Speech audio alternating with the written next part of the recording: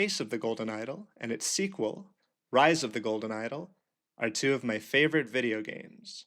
They're both point-and-click detective games which span several interconnected cases that require the player to not only solve isolated mysteries in each case, but piece together larger narratives told across many cases. In this video, I want to lay out the single grand narrative that we get when we put the events of all of these games in chronological order. This is an updated version of my previous incomplete timeline video, which I have unlisted to avoid confusion.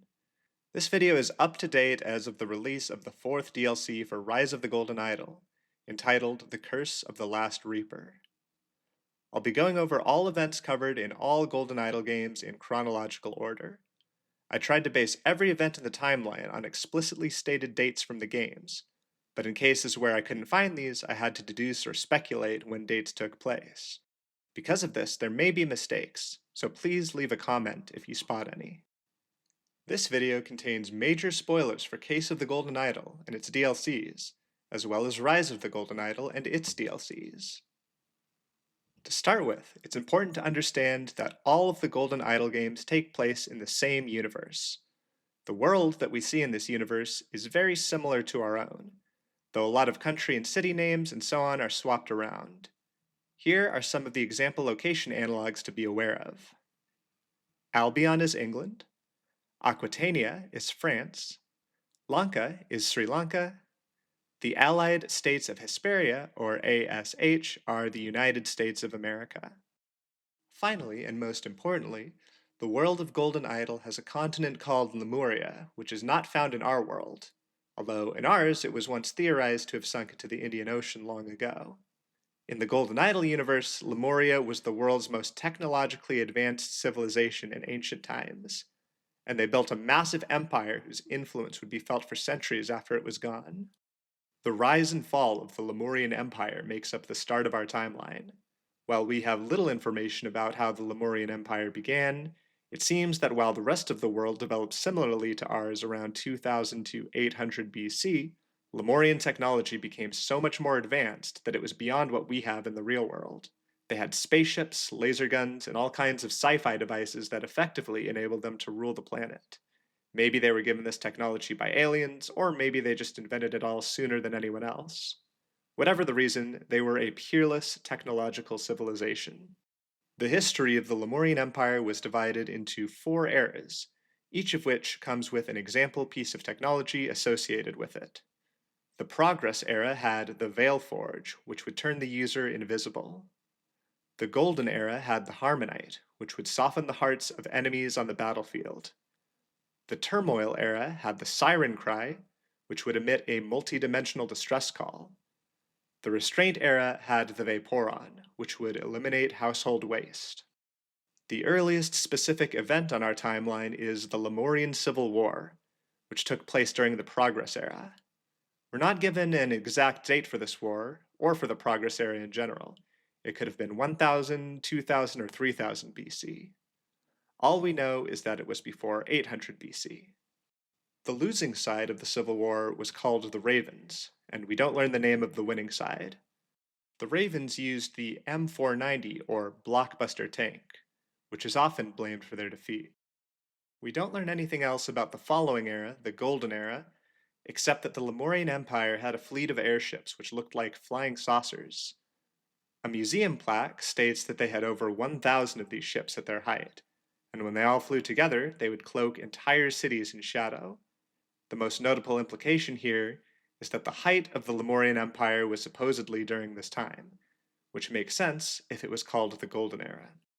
Aside from the Siren Cry, the only other artifact we see from the Turmoil era is an entertainment console. Based on the name Turmoil era, we could also imagine there was a lot of infighting within the Lemurian Empire. Finally, we get to the Restraint era, which we know the most about thanks to the third Rise of the Golden Idol DLC, entitled The Age of Restraint. While we aren't given exact dates during the DLC, everything that I'm about to go over seems to have happened around 800 BC. Based on a map of the world that we see in the DLC, most people across the Earth lived in primitive tribes or small city-states, in what corresponds roughly to the Bronze Age in the real world. This means there was a massive technological gap between the Lemurians and everyone else outside their empire, whom at least some Lemurians viewed as barbarians. This gap manifested geographically as a buffer zone containing buffer societies. We don't see these societies during the DLC, but I imagine these were regions where non-Lemurians were given limited access to the benefits of Lemurian technology. By this point, Lemurian technology was so advanced that the Lemurians began to fear its potential for misuse. Therefore, Lemuria established the principle of restraint, a law which restricted the use of technology by all of its people. Under this principle, many of the devices they had invented, referred to as artifacts, were banned. An order called the Sentinels was tasked with tracking down and confiscating such artifacts, as well as arresting anyone caught using technology in unauthorized ways. We don't know exactly how many Sentinels there are in all of Lemuria at this point, but the team that we follow in the DLC consists of 6 people who fly around in a huge airship. They must follow a strict code of ethics and place their duty to protect Lemuria above all else. The strict surveillance that they maintain over the Empire also applies to them. They have devices called veridolas embedded in their heads, which indicate whether they are lying or telling the truth by glowing red or green. These also track their location at all times and relay it back to the ship. Sentinels are forbidden from handling banned artifacts and must immediately store them in the ship's vault upon finding them. The first case of the DLC shows us an example of artifact misuse. The Sentinel team comes to the Tanska family orchard to investigate the death of Luram Lurvel, one of the farmers who works there. It turns out that his son, Etham Lurvel, illegally modified a harvester device to increase its range in order to gather fruit faster, and accidentally killed his father. The Sentinels arrest Etham Lurvel, imprisoning him aboard their ship, and confiscate the harvester. One of the Sentinels, Heko Sift, seizes this opportunity to begin his secret plan to achieve his dream of lifting the principle of restraint. Heko believes that the Lemurian self-imposed restraint is preventing the Empire from taking its rightful place and conquering the barbarians, spreading out to encompass the entire world. In the second case, Heko tricks the ship's technician, Gim Gim Kara, into opening a box containing the banned harvester, believing it to be from Daria Zins, another Sentinel whom he has romantic feelings for. The Sentinels catch him holding the artifact and quickly decide to imprison him in stasis so they can bring him to the capital for questioning. Just as he planned, Heko becomes the ship's new technician, giving him access to the Veridola calibration machines. The ship's security system uses Veridolas to restrict access to various rooms and functions, so by calibrating a Veridola to flash red for truth and green for lies, he gives himself the ability to do anything he wants on the ship. Heko gets in contact with 3 criminals who agree to help him in exchange for him sharing forbidden artifacts with them. Together, they create a false alarm to distract the other Sentinels, sneak aboard the ship, and steal several artifacts from the vault. We see the results in the third case. The plan initially goes smoothly, with all the Sentinels except Heko leaving the ship, while the criminals sneak aboard. One of them, codenamed Mr. Red, manages to steal a number of banned artifacts, along with a golden idol, also known as a universal transfer device. However, things start falling apart when Mr. Blue gets the idol and tries to use it to disconnect Heko's Veridola so he can't be tracked.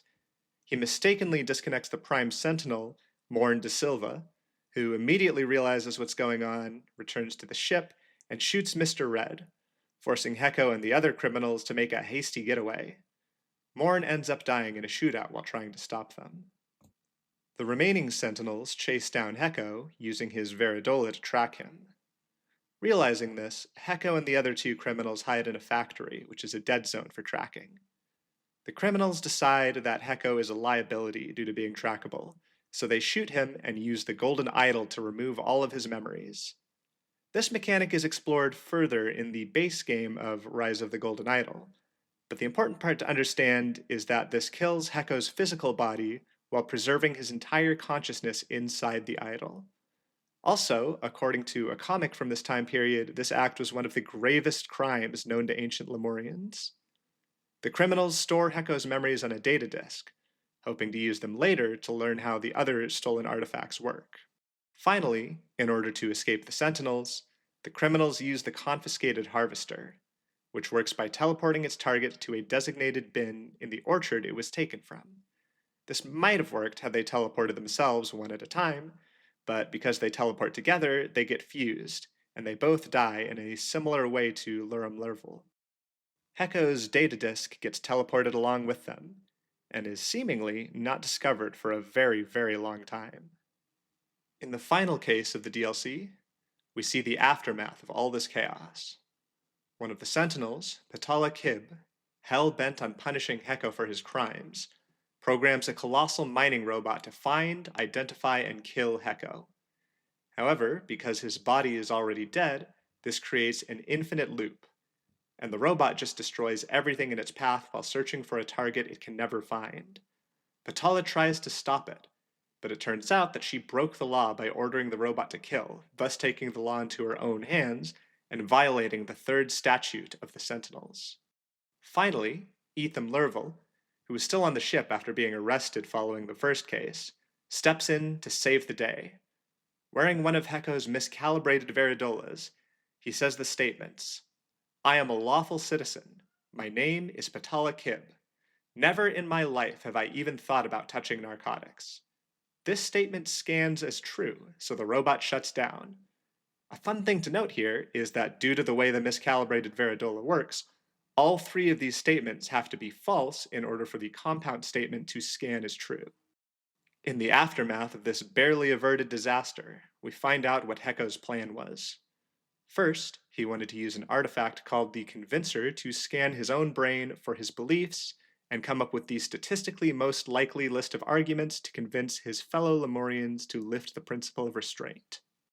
Second, he would write down these arguments and then use the quafizer to turn this text into a liquid. Anyone coming into contact with this liquid would instantly memorize the text. Third, he would use the cloud printer, giving it the liquid created by the quafizer as a sample. The cloud printer would spread clouds made of this liquid into the atmosphere, effectively creating rain across Lemuria that would instantly convince anyone it landed on that Lemuria should take over the world. Hecko's plan never came to fruition, thanks to his criminal allies turning on him. A year after the incident with the robot, we see Patala speaking to an audience of people wearing unknown devices on their heads. When asked what Hecko's motivation was, she refuses to give an answer. However, we know that she was aware of his motivations, as she apparently spied on his dreams using a device in his bedroom. It's possible she just didn't want him to become a martyr for Lemurian nationalism. Whether in response to Hecko's betrayal, the giant robot rampage, or something else that we don't see, the Lemurian Empire decided soon afterwards to restrain their technology even further. High Guardian Trifal Ozol ordered the burning down of universities and libraries throughout Lemuria in order to restrain technological advancement.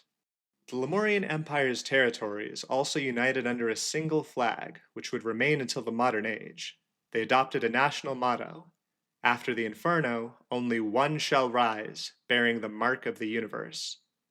Around this time, also possibly in response to the same incidents, the Lemurians construct a large law enforcement automaton, on whose lips are inscribed, "Discipline heals societal wounds." We know very little about the next 2,000 years or so, but Lemurian technology was gradually forgotten and its empire faded. The role of the Sentinels went from resembling specialized police officers to something more like priests, who treated their duty to protect the world from Lemurian technology like a religious calling, and the function of that technology like sacred knowledge. They maintained this knowledge of ancient Lemuria while ensuring that any remaining artifacts didn't fall into the wrong hands. One specific case we see of technology being destroyed is in the Lemurian city of Xenopolis, which sits on Monkey Paw Island surrounded by steep mountains. We don't know where the island is, but I think it's somewhere off the coast of the Lemurian continent. A journal entry about the city mentions something called the Cleansing, and says that an intact universal transfer device survived it.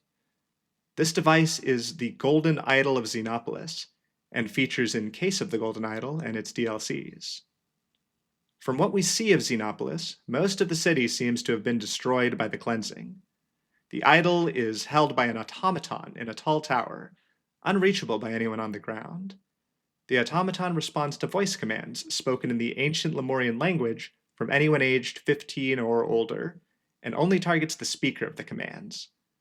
Unlike the idol that was used to absorb Heko Sif's memories, this one's most powerful feature is the ability to give and take lifespan, effectively making the target instantly grow older or younger. I have to pause here to explain another limitation of the idol, which will become important later. When the idol takes lifespan, or something else like heat, air, or water, it becomes full, with its gem turning red. When it gives lifespan, or something else, it can only give the same amount that it took. This means that the net total of what is given and taken is always 0.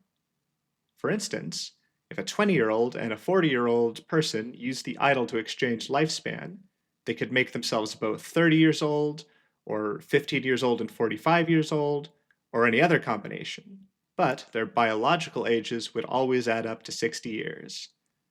The intention behind the automaton seems to have been to prevent abuse of the idol, for example, pointing it at someone and taking their lifespan against their will. Because the automaton will only point the idol at the person speaking the command, they must consent to that command, at least in theory. Note that everything I've said about Xenopolis so far happens off-screen, with no associated dates. The cleansing of Xenopolis may have happened in 800 BC, under the High Guardian, or it may have been much later. I'm almost to the part of the timeline where we start getting a clearer picture of what happened and when, but I need to go over a couple minor events first. Based on his claimed age, the birth of a man named Narcissus Montalban takes place in 741 AD, which would technically make it the next earliest date that we can derive from the game. He may just be lying, though, as we only see him about 1,000 years later, and there's no indication that he had access to ancient Lemurian technology.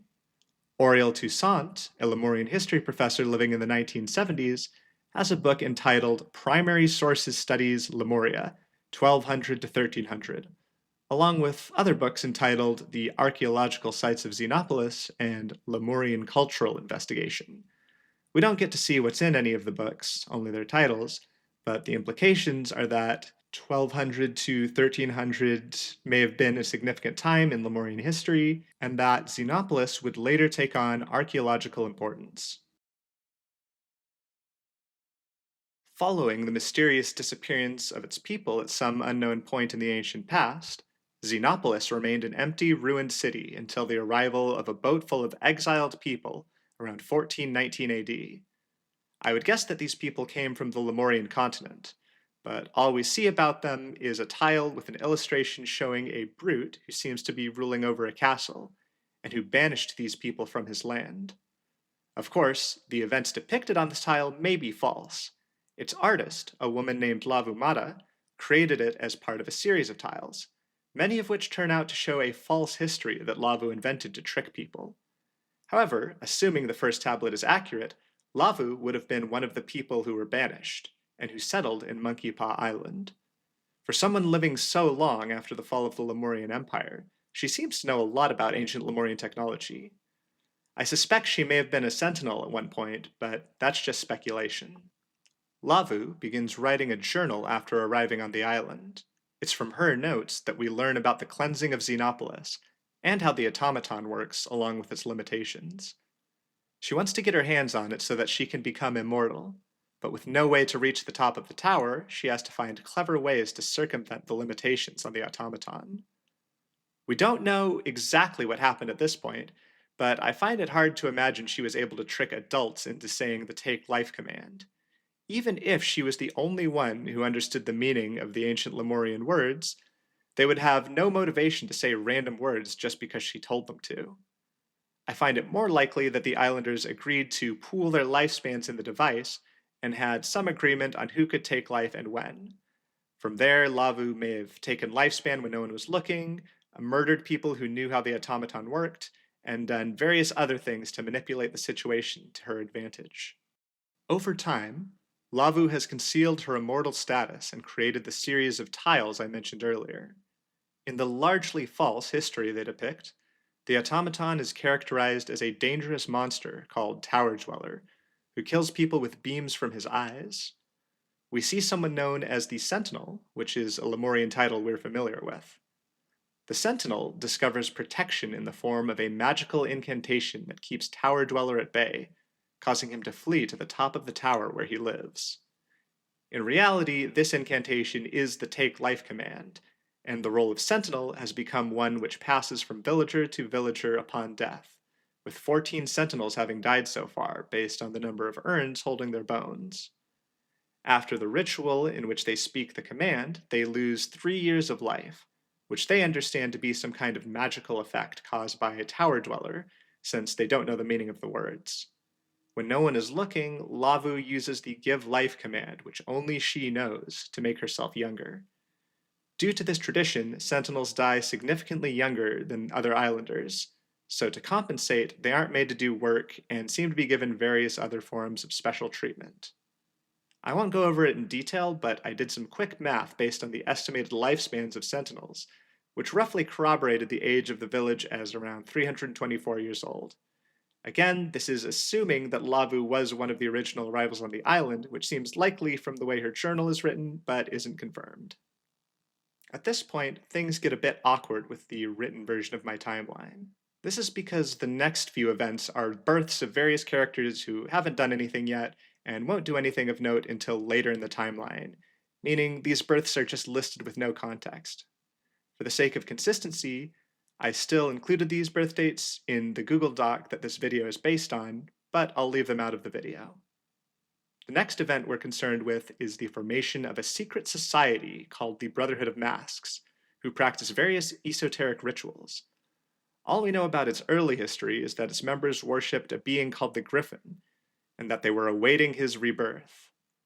The Brotherhood is divided into 3 houses: Dark Hands, Water Snakes, and Proud Beasts, each of which is represented by a different mask which its members wear. In 1725, the first Dark Hand, Lord Harrington, jumped off a cliff, attempting to demonstrate the miracle of flying to prove he was the Griffin reborn. However, he fell to his death. The important part, for our purposes, is that there were no Dark Hands before Lord Harrington, meaning we can assume the Brotherhood was formed sometime in the early 1700s or late 1600s. Also, this is a bit of a tenuous connection, but I suspect they were founded in Albion, because Lord Harrington sounds like an English name. So far, none of the events I've talked about are actually shown in any of the Golden Idol games, with the exception of the events in the Age of Restraint, and historical sources like interviews, books, and museums. The next part of the timeline will cover the events of the 2 DLCs of Case of the Golden Idol, the Spider of Lanka, and the Lemurian Vampire. Note that both of Case of the Golden Idol's DLCs act as prequels, meaning I'll be going over them before the events of the base game even though they were released later. In the Spider of Lanka, we see the earliest mention, chronologically, of the Seven Seas Trading Company, which played a major role on the world stage during this time. Its real-world analog, the British East India Company, was founded in 1600 and dissolved in 1874, and operated primarily in the Indian Ocean, which roughly matches when we see the Seven Seas Company in the game. In both real life and in the game, the company is an extension of the global political power wielded by Britain, or Albion in the Golden Idol universe. We're now seeing a Europe-centric world order forming long after the collapse of the Lemurian Empire, and the existence of world-changing Lemurian technology has faded into rumor and myth, remembered only by the dedicated order of sentinels who safeguard the world from the terrors that plagued their ancestors. The first specific date we get in the Spider of Lanka is June 8th, 1741, which is when the Seven Seas Company sends a memo to Reuben Hendricks, one of its board members. This memo gives us some background on the company's long-term goals: to weaken the grip of the Lemurian religion on Lanka, an archipelago that is analogous to Sri Lanka, in order to make it easier for the company to expand their influence in the region. We learn that the Lemurian religion is the only way Lemuria can influence Lanka, and that Lemuria objects to the company expanding into Lanka. We're shown a bit more about this Lemurian religion over the course of the DLCs, but we don't get a very clear picture of its core precepts. Here's what I've taken away from the clues we see across the DLCs and Rise. The concept of a life for a life is extremely central. If you save a Lemurian's life, they are obligated to do the same. There's a clear parallel here to universal transfer devices, which obey a similar rule of equivalent exchange. The Lemurian religion holds a high level of respect among the political elite of Lanka, and their priests have the authority to administer tests by which new rulers are chosen. These tests resemble religious rituals. Most importantly, Lemurian priests are tasked with preserving and safeguarding ancient knowledge, such as the location of the golden idol of Xenopolis. This practice seems to be a remnant of the era of restraint, a set of rules, encoded as a religion, to conceal the existence of universal transfer devices and similar technology to prevent them from being used for evil. Around the same time the Seven Seas Company issued the memo about Lanka, a Lemurian priest named Yupik Kara prepared to travel to Lanka with his son, Zubiri, in order to administer a test to determine Lanka's next ruler. Given the timing, this may be what prompted the Seven Seas Company to launch their operations in Lanka, which would technically make this Lemurian ritual the inciting incident for everything that follows. On June 10th, Yupik wrote a letter to Zubiri telling him to prepare for the upcoming journey to Lanka. The first case of the Spider of Lanka takes place the following day, the 11th, at a tavern called the Yellow Lily, at the port city of Jampupur. Oberon Geller, a board member of the Seven Seas Company, has been looking into Yupik and Zubiri Kara, and knows that Zubiri is skilled at a card game called Pajak. Oberon organizes a Pajak tournament at the Yellow Lily Tavern, and correctly predicts Zubiri will attend while staying in the city. Before the tournament begins, Oberon manipulates the matchups to create a situation which will lead to a fight. Zubiri is paired with Bill Price, seemingly the owner of the tavern. Bill is so quick to violence that he wears a necklace made from ears he has cut off of people. When Zubiri wins the card game, Bill tries to cut off his ear, only to be killed with a rapier by Gabriel Robert, whose presence Oberon requested as a precaution. In the ensuing chaos, everyone in the tournament ends up killing each other with various weapons, except for Oberon, Zubiri, and Ruben Hendricks. Oberon leads Zubiri out of the tavern, having secured a life debt from him by defending him from a player called Carlos Luna during the fight. Using this life debt as leverage, Oberon gets Zubiri to tell him about the ritual he and Yupik will administer in Lanka, which is called the Rebirth Ritual. This ritual will decide who will become the ruler of Klusapur, a Lankan city, between the two children of its current ruler, Tissa and Anula Gamini. Both children will take a test of intelligence, after which whoever performs better will undergo an ostensibly deadly trial which involves being sliced open by a swinging blade and miraculously coming back to life. In reality, the second part of the trial will be rigged using a contraption to lower the subject so the blade misses them, along with a padded vest containing fake blood that the blade will slice through instead. Oberon devises a scheme to manipulate the rebirth ritual. He will secretly provide help to each child to defeat the other, and whichever one becomes ruler will be indebted to the Seven Seas Company. This plan is executed on November 16th, 5 months after the first case, and we see the aftermath in the second case. By smuggling hidden messages to Tissa and Anula, along with a poisonous cricket hidden in the mouth of a statue, Oberon sets up a situation in which one sibling will indirectly cause the death of the other. The cricket is stored in a jar and delivered by Albert Cloudsley, another board member of the Seven Seas Company. Tissa decodes the hidden message and finds the jar containing the cricket, which contains the instruction, "Throw me in the eye." This refers to an eye-shaped hole in a contraption that a subject lays on while being sliced by the swinging blade. Tissa ends up performing worse on the intelligence test, so he follows the instruction, likely without understanding what the consequences will be. Hidden inside the contraption is Ari Sukera, a member of the Lemurian delegation along with Zubiri and Yupik, whose role is to pull a lever that will lower the subject to avoid the swinging blade. The jar shatters, and Ari is bitten by the cricket and dies. As a result, when Anula undergoes the rebirth ritual, she is killed by the swinging blade, and Tissa becomes the heir to the throne of Klusapur. In the aftermath, the current Raja of Klusapur, Abhaya Gamini, blames Yupik for his daughter's death, assuming he or Zubiri must have sabotaged the ritual. Abhaya threatens to have Zubiri killed as retribution. But Yupik changes his mind by offering to share the location of the golden idol of Xenopolis, which the aging Raja can use to delay his death. Abhaya arranges a voyage to Monkey Paw Island to find the idol, and insists that Zubiri come along as insurance in case Yupik is lying. Abhaya's spy master, Putra's son, discovers evidence of the Seven Seas Company's interference. Yupik tells him that the mastermind is a shareholder of the Titania printing house in Albion, but says that honor demands he not reveal their name. This mastermind is referred to as the Spider and is in fact Oberon Geller. Now we get to the third and final case of the Spider of Lanka. On November 22nd, 6 days after the rebirth ritual, Putra and a team of Lankan soldiers travel to the Titania printing house to ambush whoever is inside. Before they arrive, Oberon receives an encoded warning about the raid from someone called the Master of Library, who is presumably a double agent. Yupik has convinced Putra to let him visit the printing house before the attack, and goes in to repay Zubiri's life debt by telling Oberon the location of the golden idol of Xenopolis, thinking it won't matter since Oberon is about to be killed. However, Oberon, being aware of the raid, threatens Yupik with a gun and takes his robes, making Yupik put on a mask and leave the printing house through a trapdoor. Putra and most of his soldiers waiting outside mistake Yupik for Oberon and rush to surround him. Meanwhile, Oberon puts on Yupik's robes and goes out the front door, using an axe to kill the one soldier still standing guard there, before grabbing a scooter and escaping, making his way to a ship waiting at the docks before sailing off. Oberon remains in hiding from this point until January 5th, 1742, when he convinces Albert Cloudsley to fund an expedition to Monkey Paw Island.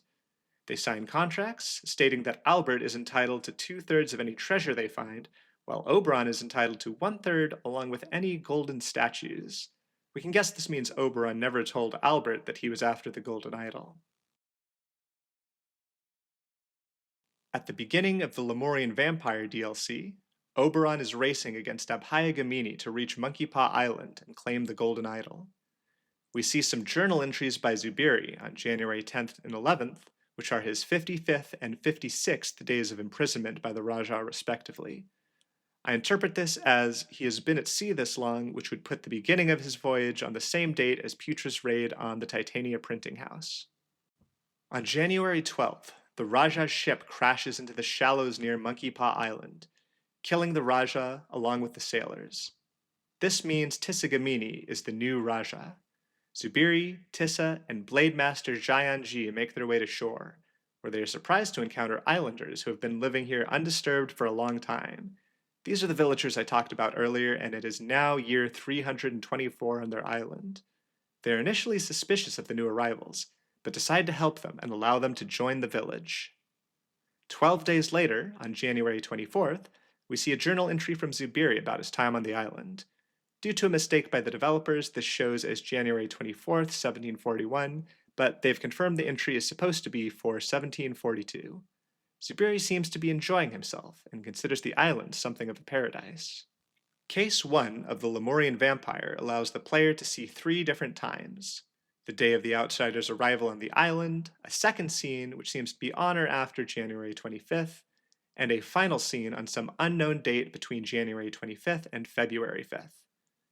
In the second scene, a message reading, "Your incantation expires tomorrow, Vaito," mysteriously appears on a wall. This refers to Sutul Vaito, the island's current sentinel. The message is created using some kind of ancient Lemurian technology, and was input by Lavu Mata using a control panel in a secret room that only she knows how to enter.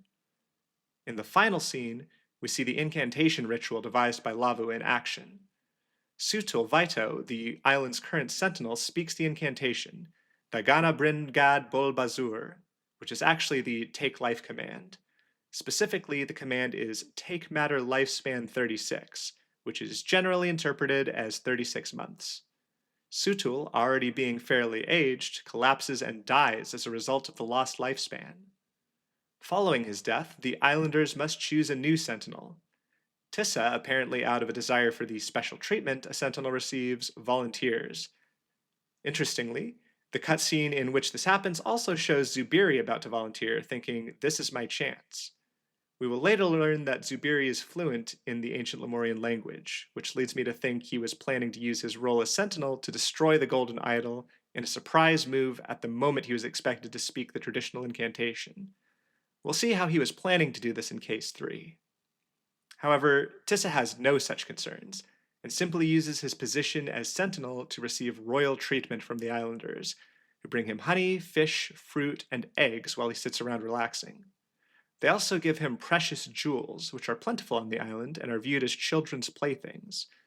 I think the only reason this is the case is because Case of the Golden Idol DLCs were written after the base game, and we see in Case 1 of the base game that there were gems to be found on the island, so it was necessary to add a simple explanation of where they came from. Case 2 of the Lemurian Vampire is also divided into 3 separate days. In the first, we see Zubiri's journal entries for February 5th and 6th, in which he indicates that he plans to destroy Tower Dweller, which he already seems to know is a Lemurian automaton. A vote is held and resolves in favor of destroying Tower Dweller. By the time we get to the second day, Lavu has secretly used the Golden Idol to transfer lifespan to herself. She has also made the wall projection show the message, "Dare not try it, Sentinel. I will peel your flesh until only bones are left." Finally, she has stolen some ancient Sentinel bones from a burial urn. The message and the bones are part of a plan which he executes on the third day that we can see. We don't know when this is, but it's sometime before February 17th. Tissa wants to have Sahelia, a villager he is interested in, secretly delivered to his room in a barrel, along with the various delicacies he demands from the villagers. However, Sahelia isn't interested. She consults Lavu Mata and they agree to switch places, with Sahelia believing that Lavu is going to scold Tissa and tell him that she isn't interested in him. Because Sahelia was supposed to be delivered anyway, Kula Sterna, who is tasked with carrying the barrel, doesn't notice anything wrong with it due to Lavu's extra weight. Lavu also brings with her the stolen sentinel bones. Once she's in Tissa's room and the door is locked, she jumps out and pushes him out the window, causing him to fall into the lake behind the building where he is eaten by carnivorous fish. She then arranges the sentinel bones to look like they belong to Tissa, making it appear as though he was killed by Tower Dweller using some kind of magic. Finally, she hides in the barrel until the next morning, when the villagers come in and discover the bones, at which point she emerges, while everyone's backs are turned, and pretends to have just rushed in with the rest of them. By doing all of this, she prevents Zubiri's plan to destroy the automaton, and maintains the status quo, keeping her immortal. Furthermore, because of the message on the wall, the villagers believe that Tissa was killed by a Tower Dweller as retaliation for trying to destroy him, and decide that Zubiri needs to be imprisoned for endangering the commune with his plan. Case 3 is divided into 2 days. On the first, we see Zubiri still in prison, having written journal entries for February 17th and 18th. In these, he wonders who could have killed Tissa, and remarks on the arrival of Oberon Geller on the island, concerned over what might happen if he obtained the Golden Idol. Zubiri also gives Lavu a set of commands to speak to the automaton in order to make it destroy the Golden Idol, then itself. Lavu pretends to agree to do this, acting as if she doesn't know ancient Lemurian. In reality, the only command Zubiri gave her that she cares about is the Override Code, which will allow her to finally get her hands on the idol after all these years. Meanwhile, Oberon Geller and Albert Cloudsley are preparing to attack Tower Dweller and take the idol. Lavu beats them to the tower and says the Override Code, followed by the Give Tool command, which makes the automaton toss the idol to her. While she's doing this, Giant G trades a rock for a rope, which he uses to help Zubiri escape from his prison.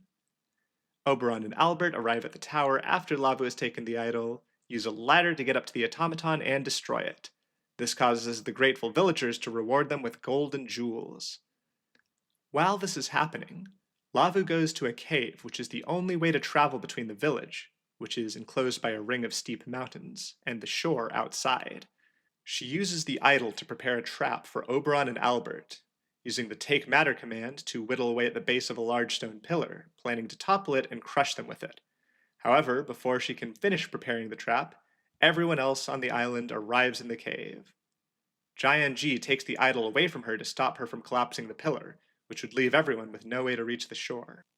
Zubiri takes the idol, but Oberon Geller takes Kula Sterna as a hostage, threatening to kill her and only releasing her when Zubiri gives him the idol. He and Albert cross the stone bridge supported by the pillar, using the idol to destroy the bridge on their way out, so the villagers can't chase them. Albert, not realizing the golden idol has the power to destroy matter, believes this is some strange new power Oberon has manifested, and becomes fearful of him as they make their escape. In the aftermath, the villagers apparently come to understand how Lavumata was manipulating them to take their lifespans, and demote her from the council. They ask Zubiri to take her place so he can share his knowledge with them. We don't know what happens on the island after this point. We now arrive at the start of the base game, Case of the Golden Idol, which takes place immediately following the end of the second DLC. In the final cutscene of the DLC, we see Albert Cloudsley looking at Oberon as the latter stands at the edge of a cliff, surveying the bad weather. He thinks, "He is becoming too powerful. Perhaps I should stop him before it's too late? But wait, he can read my mind. He already knows I have these thoughts. I have no choice. I have to act now." Immediately after this moment is the scene we see in Case 1 of the base game. Albert rushes forward and pushes Oberon off the cliff, causing him to fall to his death. As he does, he shouts, "I knew what you were plotting, you snake!" In my opinion, this doesn't really follow from his internal dialogue at the end of the DLC, and the latter was probably just written to weave the story together after the fact. Regardless, Albert takes the golden idol for himself, which sets the stage for the events that happen over the rest of the game. After Albert killed Oberon in 1742, he would have returned home to his children, Sebastian Cloudsley, who was about 9 years old at the time, and Edmund Cloudsley, whose date of birth we don't know, but who was Albert's eldest child. At some point, he also had 2 daughters, Rose and Beatrix, but it's possible they were born later. Albert was presumably very wealthy due to the gold and jewels he brought back, and came into possession of a country estate called Blackfield Manor. At unknown times during the following 44 years, Rose married someone with the surname Cubert, and Beatrix married someone named Batley. These and the Cloudsleys seem to have been noble or gentry families, as all 3 of them would end up with their own family crests. Also during that time period, Beatrix had a son called Peter Batley, and Albert Cloudsley, his wife Mary, and Beatrix Batley all passed away from unknown causes. At some point during his life, Sebastian Cloudsley joined the Albion chapter of the Brotherhood of Masks, the secret society I talked about earlier. As an aside, the Brotherhood had 3 more claimants for Griffin Reborn following the game's first case. In 1756, Proud Beast Master Lord Pledsley performed a seance, talking to spirits. Lord Angus MacBain repeated the miracle. In 1764, Darkhand Master Lord Jones created a homunculus. Lord Angus MacBain repeated the feat. In 1771, Proud Beast Master Lord White carried out the hypnosis of a servant. Lord Angus MacBain hypnotized the same man as well. Based on the rules of the Brotherhood, all 3 of these men were presumably executed. In the scroll that explains these rules, the execution is depicted as decapitation with an axe. It's not clear if that's literal or just an artistic liberty. Sebastian eventually became a Proud Beast steward within the Brotherhood, as we can see from his robes and mask. Upon Albert Cloudsley's death, Sebastian inherited the golden idol of Xenopolis, and by experimenting with it, discovered that it could give and take heat. He began writing a paper about spontaneous combustion based on his experiments, but didn't get the chance to finish it. The reason for this is revealed in the second case of Case of the Golden Idol, which takes place on August 23, 1786. Sebastian Cloudsley falls off his horse while hunting, crawls to his bed, and bleeds to death. That brings us to Case 3, which takes place on September 7th, a couple weeks after Sebastian's death. The reading of his will and testament is performed at the estate of Peter Batley, his nephew. Notably, Nicholas Maker, the attorney reading the will, is also a member of the Brotherhood of Masks, as is Willard Wright, who shows up at the reading to the mystification of Sebastian's surviving relatives, who have no idea who he is. Nicholas Maker is holding a document which includes a family tree, along with everyone present at the reading. There are notes written in red ink, presumably made by Nicholas himself to keep track of who is who. The notes include Edmund Cloudsley, Sebastian's brother, oldest. Rose Cubert, his sister, married. Peter Batley. Willard Wright, associate. A neat detail that I only noticed while writing this video is that despite Nicholas apparently not recognizing Willard, they've probably met before since they're both in the Brotherhood of Masks. It's possible that Nicholas was simply trying to conceal the fact that they knew each other, or that he doesn't know Willard's true identity since members of the Brotherhood almost always hide their faces behind masks when they meet. In his will, Sebastian leaves his scientific research to Edmund, Blackfield Manor and his savings to Rose Cubert, the Golden Idol to Willard Wright, and a book of aphorisms to Peter Batley.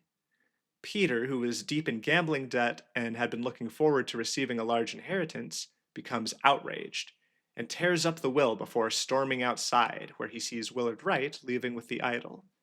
Peter orders his servants, Adam and James Pair, to take the idol from Willard, who uses the increase matter heat command on James Pair, who bursts into flames and burns to death. Willard then departs with the idol while Edmund Cloudsley and his recently hired coachman, David Gorin, look on with interest. This leads us to Case 4, which takes place 2 days after Case 3, on September 9th. Willard Wright is staying at the Little Mermaid Inn during the course of his journey back to the Brotherhood. There's also a note from September 8th to the owner of the inn, Oscar Boynton, which indicates that the sender wants to smuggle something using his barrels. This may be from Willard Wright, planning to smuggle the idol when he leaves port. While Willard is at the inn, Edmund Cloudsley sends David Gorin, his coachman we saw in Case 3, to steal the idol from Willard. David checks into the inn using the fake name Ash Blair, from the brand of tobacco he likes to smoke. While Willard is sleeping in his room, David sneaks in through the trap door and begins searching for the idol. He accidentally opens a music box, which wakes up Willard. In the ensuing fight, David accidentally kills him. In the game's epilogue, we get an additional detail about this scene. In addition to David, Edmund also sent a servant boy working for him by the name of Little Pip, whom we'll see again later. After killing Willard and taking the idol, David tossed it out the window from the second story down to Little Pip, who caught it and took it back to Edmund. In the art where this happens, the golden idol's gem is notably red, despite being blue after we saw Willard use it to kill James Pair. Willard may have just absorbed heat in advance to be prepared to use it in self-defense, but we'll never know. After sending off Little Pip with the idol, David scrawls a message on the wall in blood, blaming the murder on Robert Redruth, an escaped convict whom we see outside holding a message telling him to lay low, presumably from David. Note that all of this happens very shortly after Edmund Cloudsley hires David, which seems to earn him Edmund's trust as a right-hand man going forward. About a week after David kills Willard, someone from the Brotherhood comes to the inn and asks Edmund about the murder. From his stylish hat, this is almost certainly Walter Keene, who we'll see more of later. From speaking to Oscar, he traces the murder back to David Gorin and Edmund Cloudsley, and the Brotherhood becomes set on revenge. However, this revenge apparently takes a long time. I'll go over a list of events that happened between cases 4 and 5 now. On August 1st, 1787, Ada Baker begins working as a maid for Edmund Cloudsley. We'll later see that she's an agent of the Brotherhood, but it's not clear if they've made contact with her yet when she starts working. On January 5th, 1788, Edmund Cloudsley sends a letter to someone called Mary Richards, whom we'll see in Case 5. It says, "Become the pure flower that I know you can be for me." It seems he's interested in courting her, but we'll see later that she's not particularly interested in him. On January 8th, Walter Keene, the current Dark Hand steward of the Brotherhood, sends Edmund a threatening letter demanding that he answer their requisition, referring to the fact that Edmund had David kill Willard and steal the golden idol.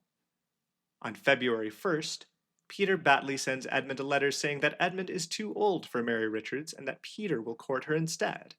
He also asks Edmund for £300.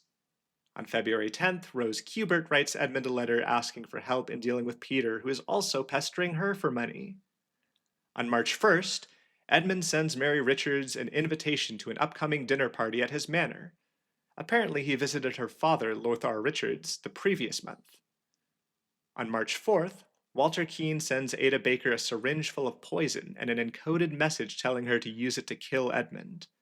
On March 5th, Peter Batley writes Mary Richards a love letter which reads, "For you I would fight a tiger and win," along with a drawing of him fighting a tiger, though in the drawing it kind of looks like a lion. On March 6th, Rose Kubert writes Edmund a letter suggesting they trick Peter into leaving for the colonies in order to get rid of him, saying his violent nature will make him feel at home. On April 2nd, Lord George Bridges of the House of Lords sends Edmund a vaguely threatening letter related to Edmund's reaction to someone in Parliament dying and freeing up a spot for him. On April 7th, Brian Walker, one of Edmund's servants, writes a diary entry in which he plans to ask Edmund for a raise. Finally, we get to Case 5, which takes place during Edmund's dinner party on April 8th. Based on a message Edmund has given to David Gorin, we learn that Edmund has been experimenting with the Golden Idol, though we don't get any other details yet. The idol itself is kept in a special safe with a tumbler lock, which explains why Ada couldn't steal it. Its gem is blue, which makes sense given that most of Edmund's experiments would probably end after using some kind of give command and start with the idol being empty to provide a clean slate. As instructed by the Brotherhood, Ada Baker poisons Edmund's tonic after making a copy of the key to the safe where he keeps it. However, during dinner, Rose Kubert takes an interest in the drink and asks Edmund if she can try some. She immediately dies after drinking it, alerting Edmund that the drink is poisoned, saving his life.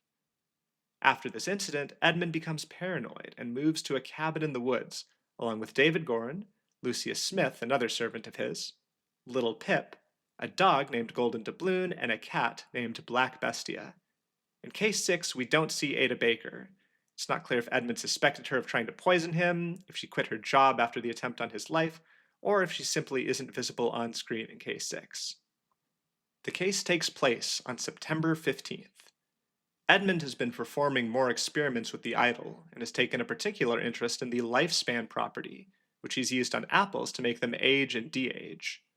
Wondering if it might be possible to bring back the dead, he hires some criminals to bring him a corpse.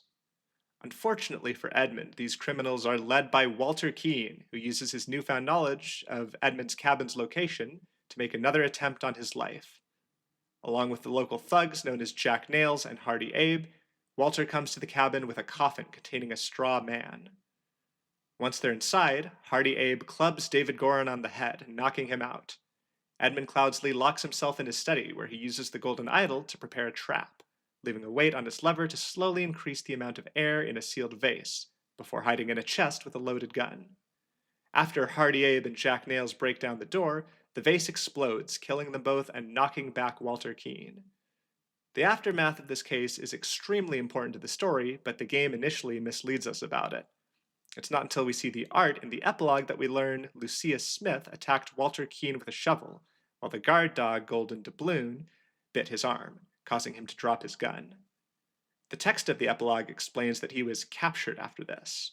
It's unclear how long Walter remained Edmund's prisoner, but at some point, Edmund convinced him to switch sides and work with him instead of the Brotherhood. At some later point, we see David speaking to a coroner, stating that Edmund was blasted by an explosion accidentally caused by the bandits via chemicals in his laboratory. He claims that after that, he fought off the bandits on his own. This means Edmund Cloudsley is now officially considered dead.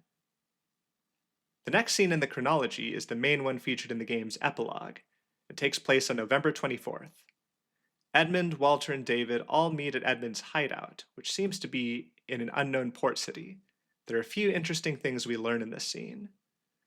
Edmund writes about the ancient Lemurians, saying that thousands of years ago they had an empire on the banks of the Seven Seas. The use of thousands here helps us narrow down when the Lemurian Empire fell in a political sense, making it sound like it wasn't long after 800 BC, the era of restraint. Mary Richards has apparently gotten joined in matrimony to Peter Batley at some point after Edmund faked his death. Edmund has already started dreaming of the new society he wants to build when he takes over the world using the power of the idol. Walter has apparently told Edmund a great deal about the Brotherhood of Masks, leading Edmund to plan a takeover of the Brotherhood. Outside of the hideout is a homeless veteran with a missing leg, whom Edmund kills by using the idol to drain his life. Given that the window is open and we know the idol can be used at long range based on the Lemurian vampire, it seems likely that Edmund did this from inside the hideout. He then uses it on himself to restore his youth in front of David and Walter, who are extremely impressed and swear their loyalty, saluting him. The little animation we see of him transforming into a younger version of himself is the only time we actually see the de-aging process in real time, which gives us an idea of how quickly it happens. From this point on, Edmund goes by the name Lazarus Hearst, keeping his true identity a secret since Edmund Cloudsley is officially dead. Speaking of Edmund's official death, Peter Batley inherits a lot of money from him, and on December 10th, he writes a letter to Mary saying, "Now your father will see me for the man I am. Let's marry." This is a bit confusing because in the epilogue, Edmund made it sound like they were already married. Based on the timing of other events, I'm pretty sure I have the correct year for the meeting at Edmund's hideout, so this may be a plot hole, or Edmund may have used the phrase joined in matrimony to say that they were engaged. There's also another fun detail that I only realized while making this video, which is that this inheritance is how Peter Batley might have come into possession of the estate that once belonged to Sebastian Cloudsley, which we'll later see as his new residence. When Sebastian died, the estate passed to Rose Kubert, but we don't know for sure who it passed to after her death in Case 5. Based on the family tree that we see in Case 3, it probably would have gone to either Edmund or Rose's husband, and if it went to Edmund, then Peter would have been the one to get it after Edmund's death. From here, Edmund begins his plan to infiltrate and take over the Brotherhood of Masks. On January 5th, 1789, Walter Keene writes a letter to the Brotherhood, claiming that Edmund Cloudsley was killed by the trap of his own making, but that the idol was nowhere to be found, and that Walter had to go into hiding afterwards due to being tracked by the government's watchmen. About 9 months later, on October 20th, he writes another letter to the Brotherhood, stating that he had to take refuge in Aquitania in order to recover from his wounds. He then introduces Lazarus Hearst, whom he says he met in a remote manner one dark winter's night, and whom he claims helped him defeat the government agents with arcane arts. All of this is an attempt to get the Brotherhood to accept Lazarus as a member of their order. In a letter written on January 16th, 1790, Geoffrey Sinclair, the current water snake steward, objects to letting Lazarus join the Brotherhood, claiming that after killing Edmund Cloudsley, Walter took the golden idol for himself. On February 10th, 1790, the Council of Masters sends out an invitation to all members of the Brotherhood to meet at their secret hideout for the inception ritual of Lazarus Hearst and the dispute ritual between Geoffrey Sinclair and Walter Keene. This meeting takes place on March 14th, and in Case 7, we see the results of both rituals. In the woods outside the hideout, Edmund, David, and Walter ambush Chester Davy, the Dark-Hand initiate on his way to the gathering. They tie him up and take his robes and mask. We don't know what happens to him after this, but it's pretty likely they kill him, since he might otherwise have revealed their sabotage to the Brotherhood, and going into the hideout with Walter, where the ritual of dispute is conducted. David ends up pouring cups of wine for Walter and Geoffrey Sinclair, one of them being poisoned. David uses the wine tankard to indicate to Walter which cup is safe to drink, so Walter drinks it, and Geoffrey drinks the other one, which kills him. Meanwhile, in the basement of the hideout, Edmund Cloudsley, or Lazarus Hearst, passes the trial of inception, seemingly by answering a series of 4 riddles, after which he has his back branded with hot irons, making him a Proud Beast initiate. Note that his house seems to have been chosen so he could replace Willard Wright, who was previously a Proud Beast initiate but is now dead. Now that Edmund has successfully infiltrated the Brotherhood, he begins preparing for his plan to take the title of Griffin Reborn by demonstrating a miracle. We see a letter sent on April 13th, 1791, from Proud Beast Master Alistair Coke to Water Snake Master Angus McBain, accusing him of casting curses. Doesn't look like this letter ties into anything else, so it may just be there to help solve Case 8 where it appears. More importantly, on May 14th, Walter Keene sends Angus McBain a letter in response to the latter's threats of blackmail, and reveals how Lazarus will perform the miracle. This means that Lazarus's demonstration was scheduled at some point before this. Before Case 8, when this demonstration takes place, 2 more letters are written. One from James Turner to Nicholas Maker on June 3rd, declining his request for a job at the Seven Seas Company and telling him to use official channels instead, and one on June 15th from James Turner to Angus McBain, declining his request for a seat on the Court of Directors at the Seven Seas Company. Case 8 takes place on June 23rd, 1791, at a lighthouse in an unknown location. Edmund has hidden the idol inside a hollow golden cane, which he uses to demonstrate the miracle of flight. This is achieved by first taking a sufficient amount of air from his surroundings with the idol, then expelling it out of a hole at the bottom of the cane, allowing him to descend safely. Angus McBain, who believes he understands the trick from Walter Keane's letter, grabs the cane from Edmund and brings it to the top of the lighthouse. He inputs the give air glyphs into the exposed back of the idol, as instructed by the letter. However, there is no air in the idol, so when Angus jumps off and pushes the lever, no air comes out, and Angus falls to his death. As a result, Lazarus Hurst is crowned Griffin Reborn, making him something like a demigod to the Brotherhood. Walter Keane hastily retrieves the letter he sent off of Angus's body, as well as part of the now broken cane containing the idol, which he hands to Lazarus. Having secured control over the Brotherhood, Lazarus enters the running for Prime Minister of Albion as part of the new Order Party, which reflects his political ideals. We'll learn more about these ideals later, though they're nonsense and not really important to the story. Over the course of the election, it apparently becomes clear that the other two parties, the Loyalists and the Moderates, will form a coalition party to defeat Lazarus. In order to prevent this, the Brotherhood begins concocting a diabolical plan. On May 8th, James Turner, a member of the Brotherhood, sends out invitations to the other two prime ministerial candidates, inviting them to his manor so they can discuss their differences. He also invites Ergen Patu, a Lemurian prince, along with a young man named Gideon Bell. This leads to Case 9, which takes place on May 12th at James's manor. Of course, the entire meeting is a plot to assassinate the moderate candidate, Augustus Valentine, and frame the loyalist candidate, Leopold Blanchard. Ergen Patu and Gideon Bell were likely invited for the sake of distraction, and Alistair Coke, a member of the Brotherhood of Masks, is invited to help James carry out the plan. First, James drugs Leopold Blanchard in his library, causing him to pass out, and steals a button from his shirt. Meanwhile, Ergen Patu drugs Gideon Bell and goes inside to steal a Lemurian seal from the salon. On a side note, I was absolutely floored when I noticed this, but the Lemurian seals that we see in the salon are actually Lemurian data drives, which I talked about earlier in the video, but whose true purpose as repositories of human memories is not explained until Rise of the Golden Idol. Anyway, back to the case. At some point after drugging Leopold Blanchard, James gives the button from his shirt to Alistair, who goes into the salon and kills Augustus Valentine with a Lemurian boomerang from the wall before planting the button in Augustus's hand to make it look like he ripped it off Leopold's shirt in self-defense. After Alistair goes back outside, Leopold wakes up, sees the body, and instructs the butler to sound the alarm. Conveniently, Leopold blames Ergen Patu for the murder because of the weapon, so when James points out the button in Augustus's hand, no one suspects the real killer, Alistair. Constable Arthur Faulkner, who arrived in response to the alarm, arrests Leopold, who is presumably found guilty for the murder of Augustus off-screen. This leaves Lazarus unopposed, so he becomes Prime Minister of Albion. Because James and Alistair have proven their loyalty, Edmund reveals to them the secrets of the Golden Idol. He claims to have taken it off the traitor Keane, effectively co-opting Geoffrey Sinclair's claim about Walter stealing the idol in order to explain why he suddenly has it. Therefore, he's now able to use it in front of the Brotherhood members without raising questions.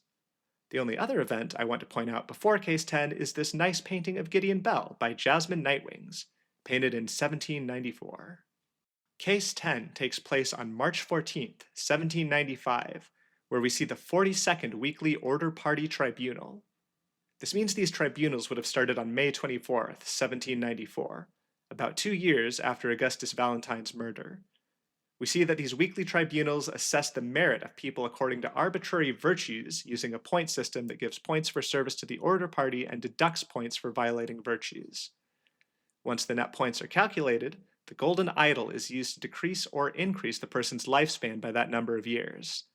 Notably, being a member of the Order Party seems to be one of the only reliable ways to gain points. One exception is Count Horace Webb, who donated his castle to the party and received 200 points for it. This raises the question of what happens if the total lifespan you gain is greater than your current age. We get an answer in the form of Little Pip, who is now being used along with other children as temporary repositories for lifespan, thus allowing the party to bank large amounts of lifespan as necessary. Lothar Richards, Mary Richards' father, whom we saw in Case 5, was awarded points for disclosing the location of Peter Batley, whom Edmund still has a vendetta against for stealing Mary. Also, Walter Keene had 32 years of life extracted from him and was kicked out of the Order Party, mainly because he betrayed the High Arbiter Lazarus during his ascendancy ritual. The central mystery of the case is what happened to the desiccated-looking person we see being carried off. It turns out this is Gideon Bell, who died after having 88 years extracted from him, making this the largest merit extraction in history. The final case of the game, Case 11, takes place the next day, on May 15th. Edmund sends Mary Richards, now Mary Batley, a letter saying he will find her and make her his ideal wife. This is also the date of the Order Party's march on the castle of the King of Albion, who is apparently uncooperative with the Order Party. Presumably, Albion has had some kind of dual power structure up to this point, with a House of Commons and a House of Lords, the latter being mentioned in a letter from George Bridges in Case 5. At some point early during the day, Walter Keene sends Edmund a letter by pigeon demanding the return of the 32 years taken from him. He threatens to reveal the true origins of Lazarus Hearst to the party if he doesn't do this. He tells Edmund to meet him at 11:30 at the place where Willard Wright died, and the idol was stolen from the Brotherhood of Masks. This is, of course, the Mermaid Inn. Edmund sends a reply by pigeon agreeing to meet, but instead of doing so, he sends David Gorin, who hides his face under the party helmet. He gives David his embroidered handkerchief to act as proof of his identity, and orders him to kill Walter Keene to prevent his secrets from being revealed. David goes to the inn where he meets Ada Baker, who hides her face to avoid being recognized. At her request, David gives her his handkerchief embroidered with the letters EC, making her think he is Edmund Cloudsley. Seeing he's alone, she gives him a note from Walter which reads, "You can find me in the place where we two first met. There we can talk." While David is going to the inn in Edmund's stead, Edmund sends a note to James Turner saying he has business to attend at Sebastian Cloudsley's manor, but that he will be back for the 10 o'clock strategy meeting as planned. His goal is to kidnap Mary Batley and force her to become his wife. Edmund and some soldiers storm the manor. However, it turns out Peter Batley won a cannon while gambling, and being an absolute legend, he fires the cannon at the intruders and kills all of them, including his uncle, Edmund Cloudsley. In the process, the golden idol, which Edmund is holding, becomes damaged and unusable. Thus, Peter Batley saves the world from the tyranny of the Order Party and its tyrannical ruler Lazarus Hearst, while also destroying the tool they used to inflict such misery and death on common people. What a hero. All of that happens while it's still early morning, though, and there's still more to cover in this case. After meeting Ada at the inn, David Gorin goes to the cabin. He sees Walter Keene inside wearing one of his signature hats and shoots him through the window. However, it turns out to be a straw man, and the real Walter Keene shoots him from the bushes. David cries out, and Walter recognizes his voice, laughing and saying straw men are his bane, while David bleeds out and dies. When Lazarus doesn't return for the 10 o'clock strategy meeting, the others at camp become worried, so Alistair Coke and James Turner are sent to go find him. They discover his body at the manor and take the idol. On the way back to camp, they fight over it, and Alistair kills James at the crossroads, taking the idol for himself. However, he's unable to get it to work due to the damage it sustained. This marks the end of Case of the Golden Idol. In the aftermath of the failed march, the common people storm the Order Party headquarters and spray paint rebellious things like "Down with Virtues." Without their leader or a working golden idol, the Order Party collapses. Alistar ends up selling the idol to an Aquitanian man for 3 so, with the Aquitanian man saying he can use it for scrap metal. Chronologically speaking, this is the last event we see in Case of the Golden Idol. The game's sequel, Rise of the Golden Idol, takes place long after the events of Case of the Golden Idol, with all of the on-screen cases happening from 1973 to 1977. You'd think this would make it easier to piece together the timeline, but the game plays a lot of little tricks that make this difficult, starting with a cutscene that begins right where Case of the Golden Idol ended. In this cutscene, we once again see Alistar selling the Golden Idol to the Aquitanian man, but this time the scene continues. Instead of breaking the idol down for scrap metal like he said, the Aquitanian man puts it on his shelf, where it stays gathering dust and cobwebs for a very long time, with a hot air balloon and a helicopter visible outside the window in a time-lapse. At the end, we see a mysterious silhouette approaching the idol. I've spent an absurd amount of time trying to figure out who this person is, and my current working hypothesis is quite disappointing. I'll get to it later. Also, note that the skull with tusks may be from a person affected by a Lemurian artifact that we'll see very soon. One last thing about this cutscene.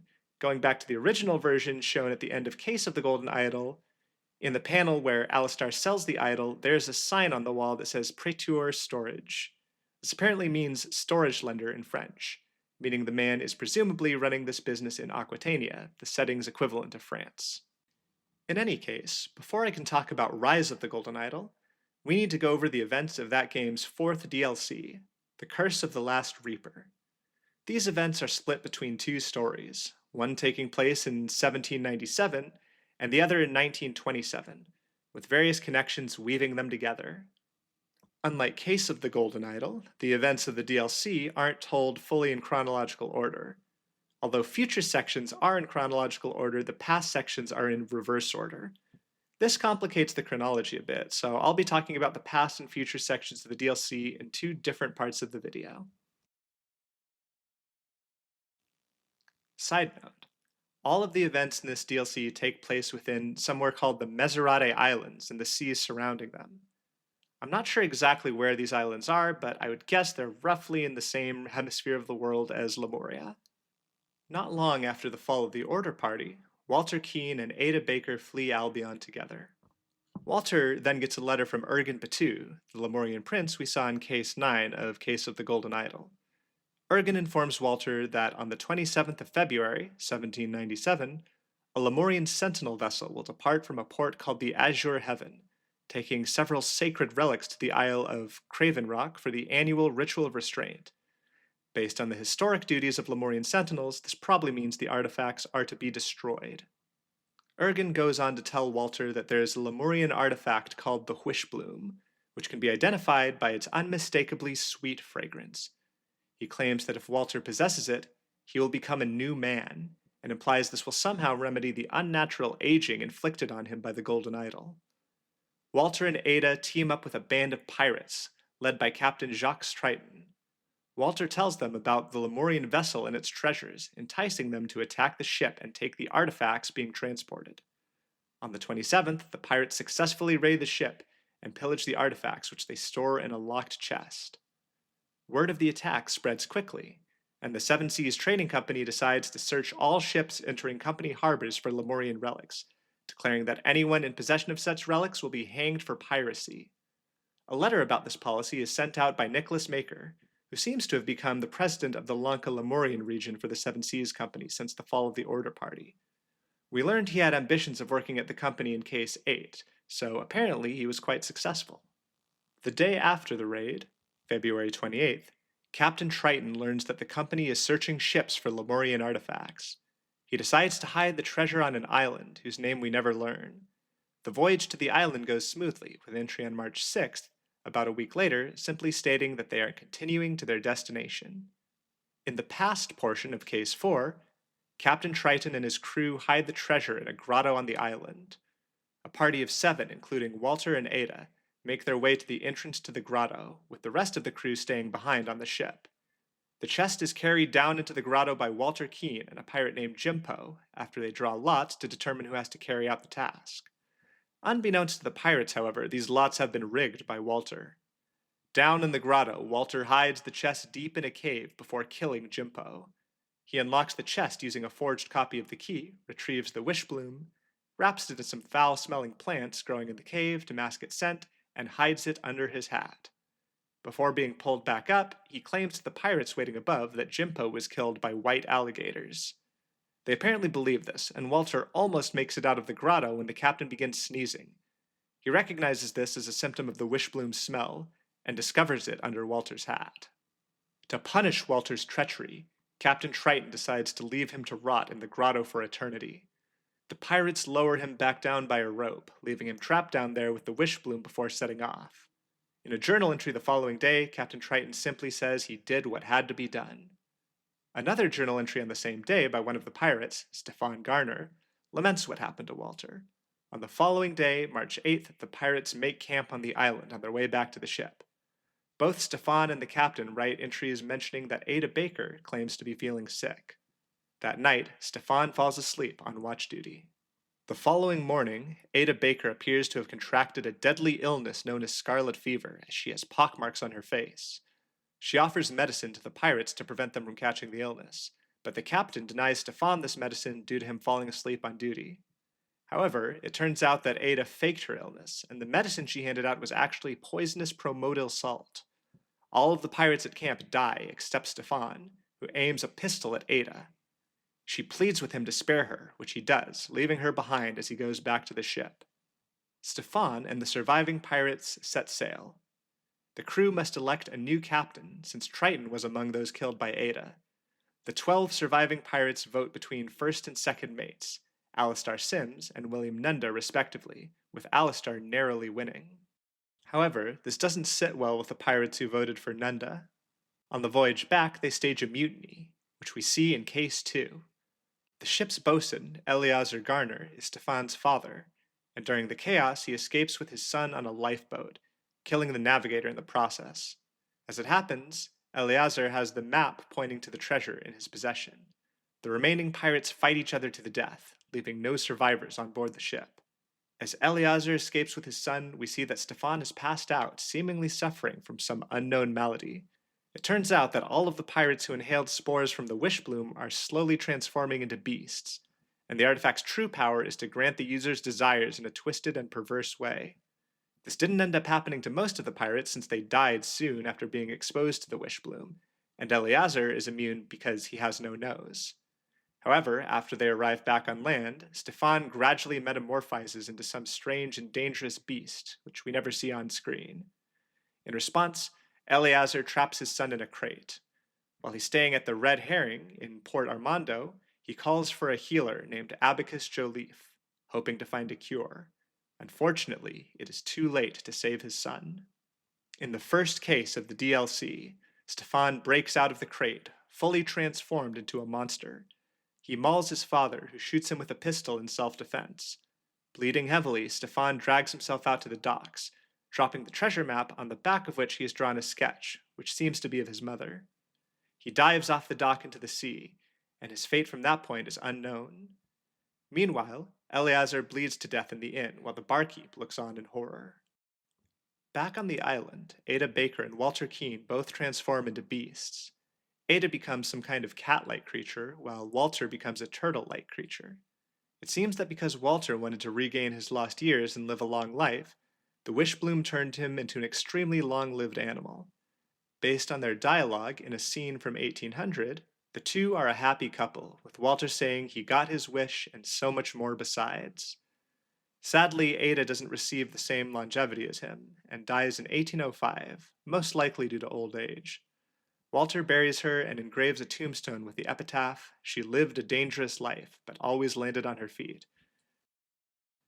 In the following period, there are a few minor events on the timeline, which mainly exist as clues for solving cases.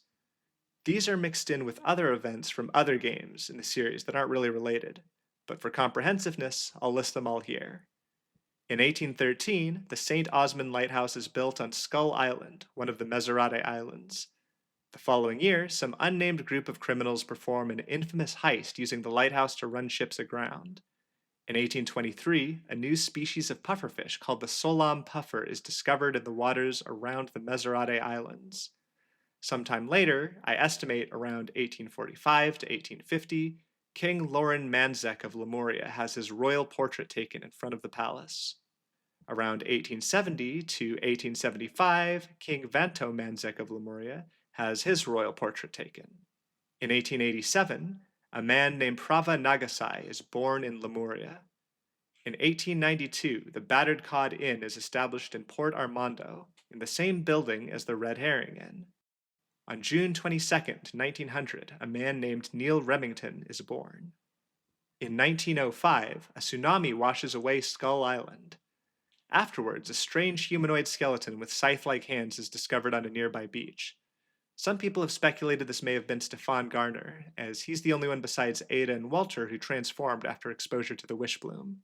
Around this time, King Orant Manzek of Lemuria has his royal portrait taken. we now arrive at some events which are very significant to the second Rise DLC, the Lemurian Phoenix.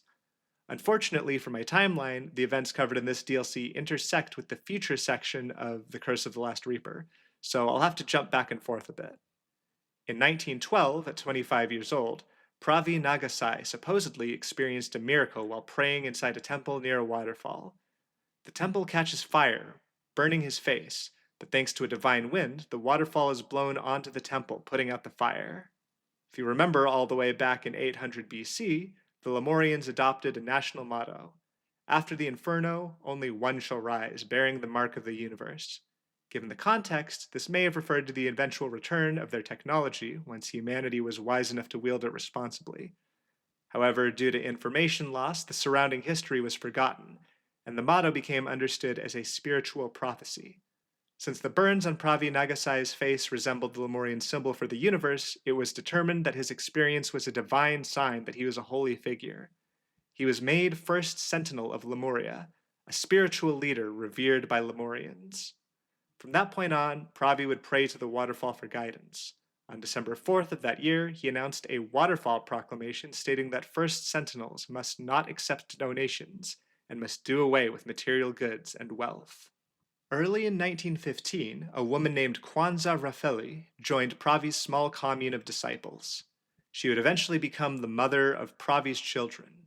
A few days later, on February 13th, Pravi issued his second waterfall proclamation. The role of first sentinel passes from father to son, and if the first sentinel has no sons, there cannot be another first sentinel until the universe chooses one according to prophecy. The third proclamation comes on November 23rd. Pravi announces that if a first sentinel has twin sons, they can both become first sentinels. As it happens, his twin sons, Ori and Koi, were born that very day. Some point afterwards, King Orant stepped down from his royal duties due to poor public opinion in response to his attempts to westernize Lemuria. He gave power to his son, Prince Lutri, who became the new king of Lemuria. Lutri's first act as king was to appoint First Sentinel Pravi Nagasai to the position of royal spiritual advisor, giving him special access to the king. Lutri declared that at each solstice, the First Sentinel would meet privately with him to help shape the path he has for Lemuria. I'll pause the story of modern Lemurian politics to cover a few more minor events before we return to the events shown in the game. In 1923, the first annual Airplane Stunt Championships were held. In 1926, Eliza Swan won the fourth annual Airplane Stunt Championships. On August 6, 1927, a group of criminals called the Leg Cutter Gang took control of a lighthouse at Port Armando. Repeating the stunt from 1814, they caused 3 ships to crash so that their only female member, Light Hand Loretta, could rob them. Now we arrive at the future section of The Curse of the Last Reaper.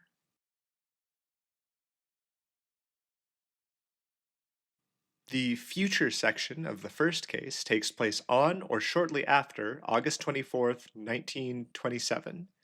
In Port Armando, rumors abound regarding the lost treasure of Captain Triton. The port is swept by a craze of people who believe they have found the captain's original map pointing to the treasure. But of course, most of the maps turning up are actually forgeries. It's not clear what exactly set the craze in motion, but one interested party in particular seems to have more information than the rest.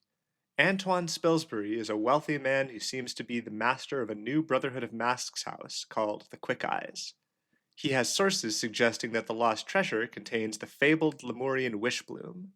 He sends a Lemurian text detailing the artifact's properties to the Quick Eye Steward, a woman called Myrtle Song, and instructs her to contact the Quick Eye Initiate in Port Armando. It's not clear who this initiate is, but regardless, Myrtle comes to Port Armando in search of the map. She gets her hands on one of the forgeries, confident that it's the real thing. Meanwhile, a sea captain named Radigan Olita spends a pretty penny on another forgery, and a member of the Leg Cutter Gang named Ansel Marsh also gets a fake map. Eliza Swan, the previous winner of the Airplane Stunt Championships, is in town with her colleague Jasper Wiles. Like everyone else, Eliza gets her own fake map, but Jasper deduces the location of the real one. It turns out, after the map was dropped by Stefan Garner in the past section of this case, the healer that Eleazar called for, Abacus Joliffe, framed it in his museum. It seems that Abacus only ever saw the drawing on the back and never realized he was in possession of a treasure map. Somehow, Jasper makes the connection between this frame sketch and the Last Reaper's final voyage, possibly based on its date. He hires one of the leg cutters, light hand Loretta Bordy, to sneak into the museum via a sewer grate and steal the map. She does so, but tries to escape with the map on her own, prompting Jasper to stomp her to death with his horse. He takes the map and meets with Eliza in the nearby inn, bragging that his research proves it's genuine. Jasper apparently proves to everyone else that he has the real map, because he and Eliza join up with an expedition to retrieve the treasure, financed by Antoine Spilsbury. Radigan Alita and Myrtle Song joined as well, along with a new face, Ivan Kearns, the famous explorer. Secretly, Ivan is working with Ansel Marsh, and they hope to steal the treasure from the others. It's possible Ivan is the one who previously hired Marsh to find the map. Case 2 shows a mysterious incident that takes place while the expedition members are investigating the wreckage of the Last Reaper, which seems to still be out at sea. Captain Radigan Alita is lured below deck by someone unseen. Whoever it is, they pull down the ladder as he's climbing it, causing him to hit his head on a cannonball. Then they drag him into the water, killing him. The remaining expedition members arrive on the island and make camp. Whoever killed the captain has strung up his corpse like a scarecrow, apparently trying to scare them off. Antoine Spilsbury decides he wants to cancel the expedition and turn back. Not wanting to go back, Ivan Kearns decides to poison Antoine. In case 3, we learn that Ivan put Firaxin, an industrial processing agent, in Antoine's whiskey, and Antoine dies after taking a sip. Thus, the expedition continues. They find the grotto in case 4, but Myrtle has convinced them that it contains a plant with deadly spores, so everyone puts on gas masks. At this point, that includes Eliza, Myrtle, Jasper, and Ivan. They find the treasure chest prominently displayed and labeled, so Jasper and Ivan return to the surface to winch it up. Ivan activates a beacon to signal Ansel Marsh, who is waiting on an airship on a nearby island. Ansel flies over, and he and Ivan restrain Jasper with rope.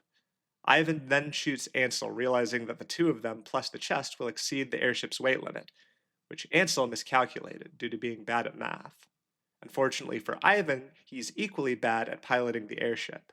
He tries to fly away with the treasure, but due to misunderstanding the ship's controls, he crashes into the sea and drowns.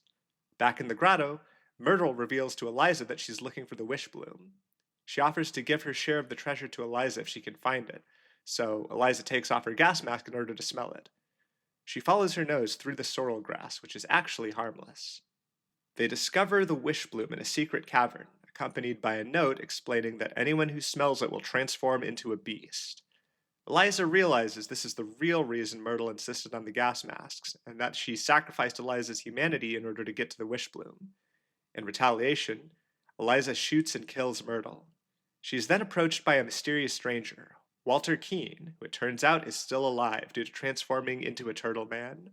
Perhaps wondering if she should turn the gun on herself, Eliza asks Walter if he enjoys life. He replies that the best parts of his long life have been spent in that form. We don't see exactly what happens immediately afterwards, but presumably Eliza or Walter frees Jasper, who is the only other living person still on the island. In the epilogue, we see Jasper visiting the island, dropping off a box filled with things like books, hats, and cigarettes, notably the brand of cigarettes Eliza likes.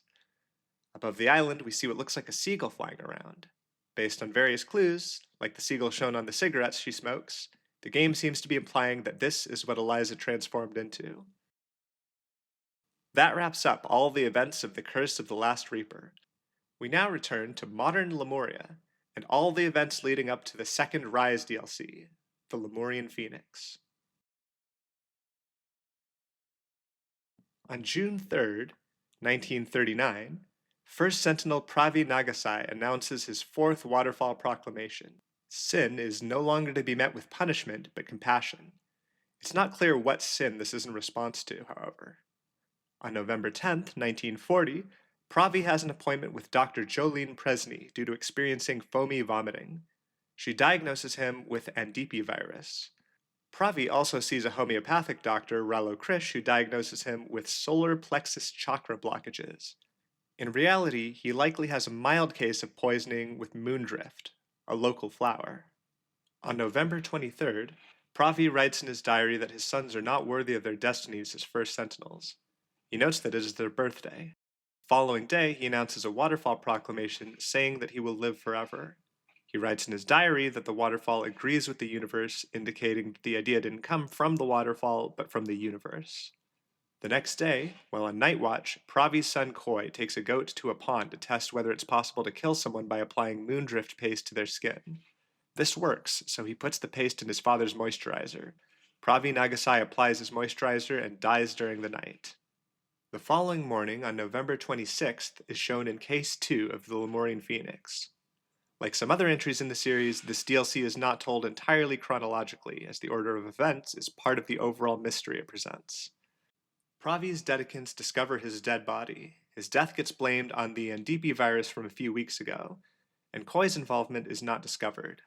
Thus, Koi and Ori Nagasai become first Sentinels. To honor the death of Pravi Nagasai, a classic film claiming to show his waterfall miracle is screened at the Lagoon Theater.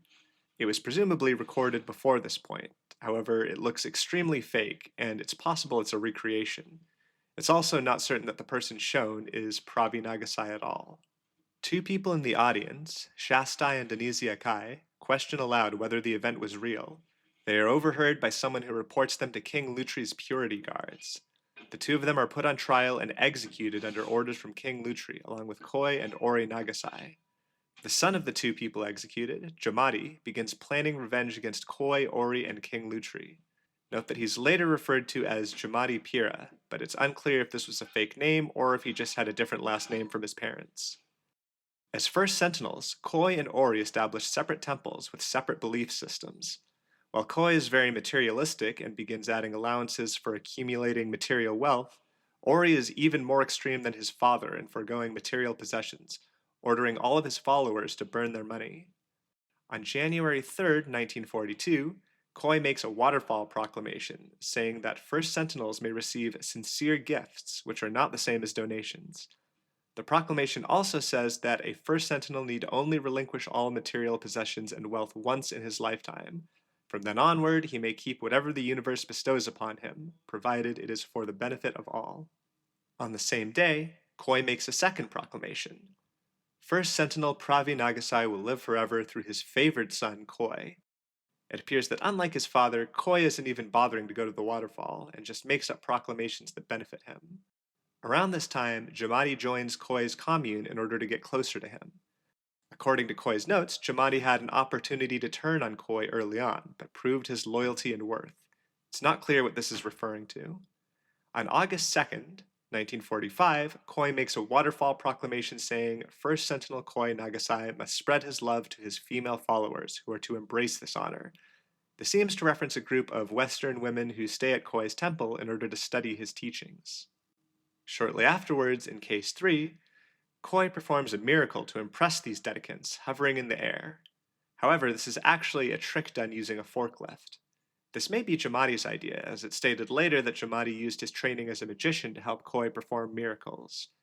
Gresto Nosy, one of Pravi's original dedicants who now works for Koi, realizes how the trick is performed, so he confronts Koi. Koi kills him by bashing him with a fire extinguisher. He sends Jamadi to dispose of the body. He specifically tells him to bury it in the sacred ruins of his father's temple.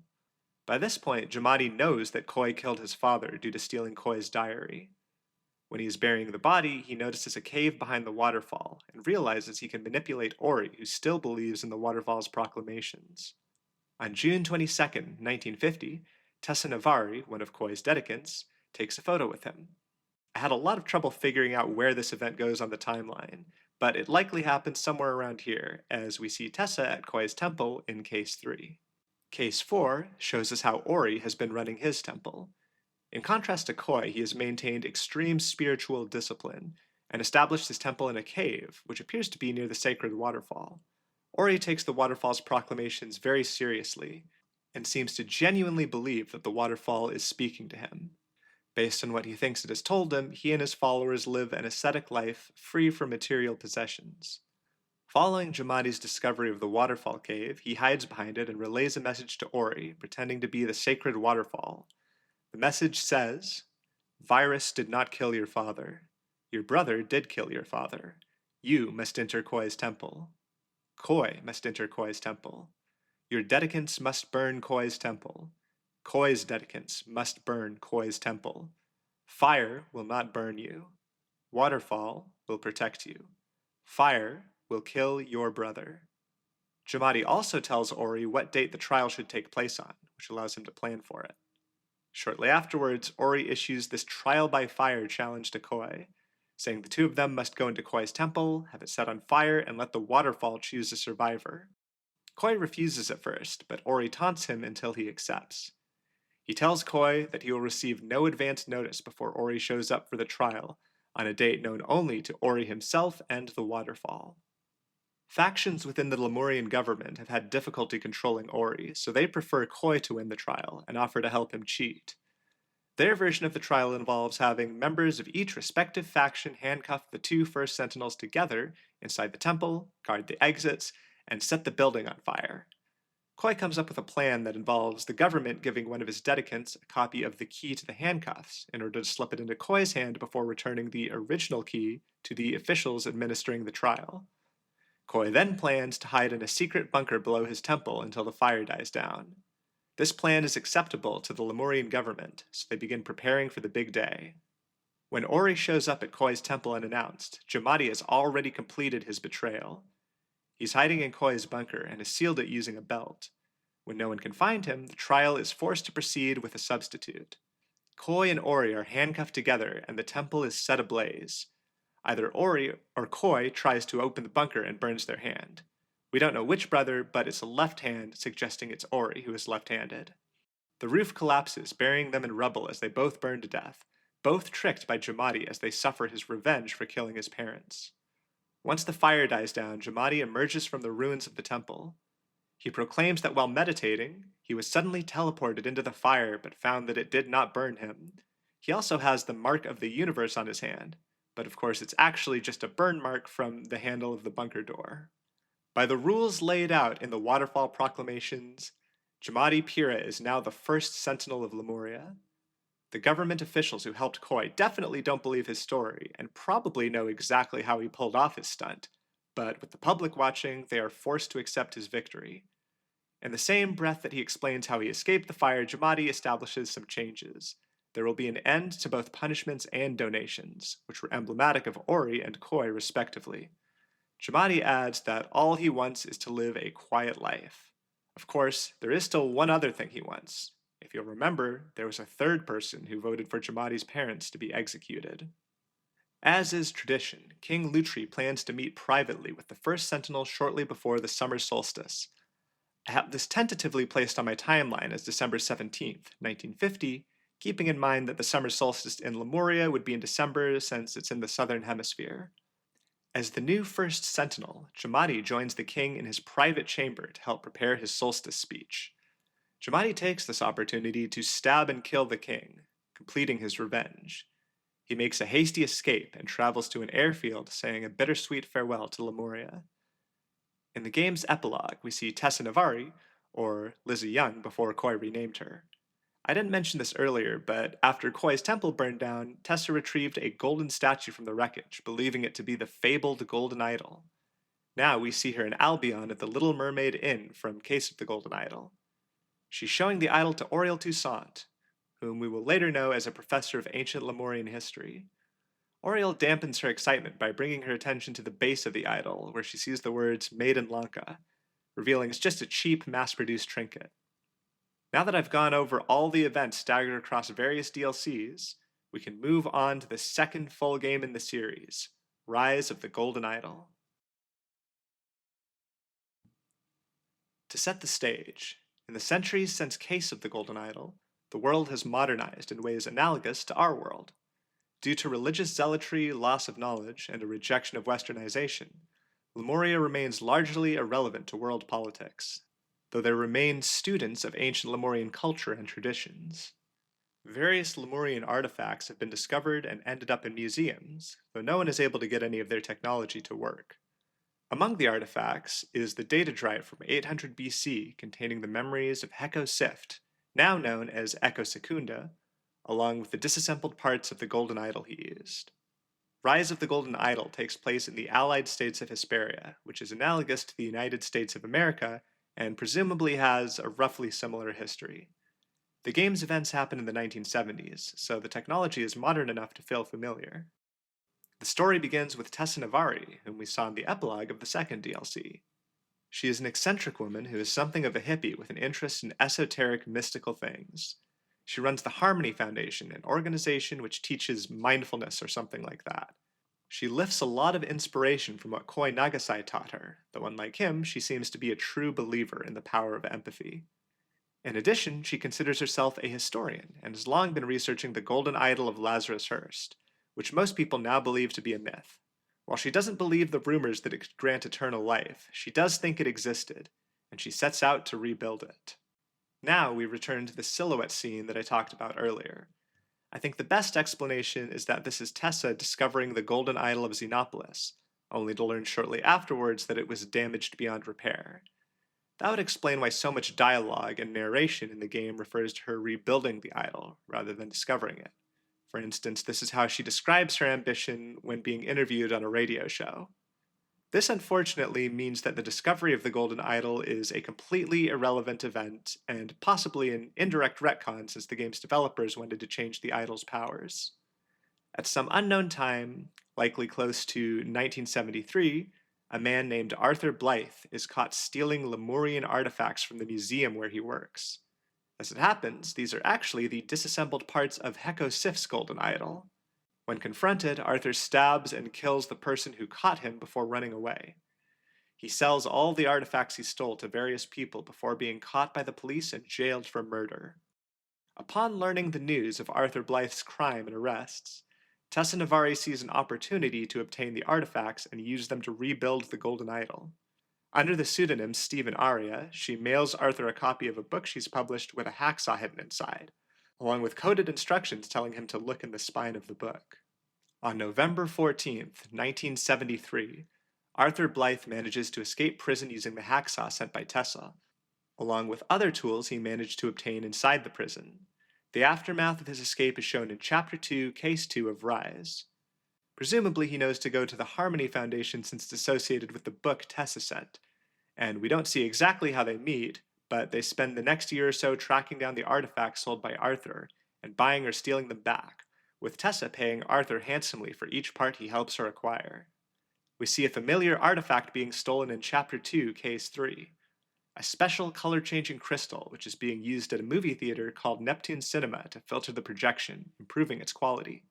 The case takes place on May 1st, 1974. After Tessa tries and fails to buy the crystal, Arthur Blythe shows up under the pseudonym Augie Tamine, but ends up getting himself banned. In the case, we see his second successful attempt to get the crystal.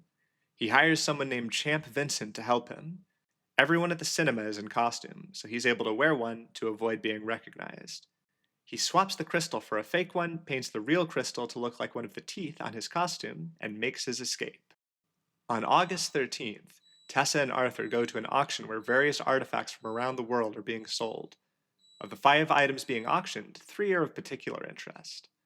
A mask from Albion, which looks like a Darkhand mask from the Brotherhood.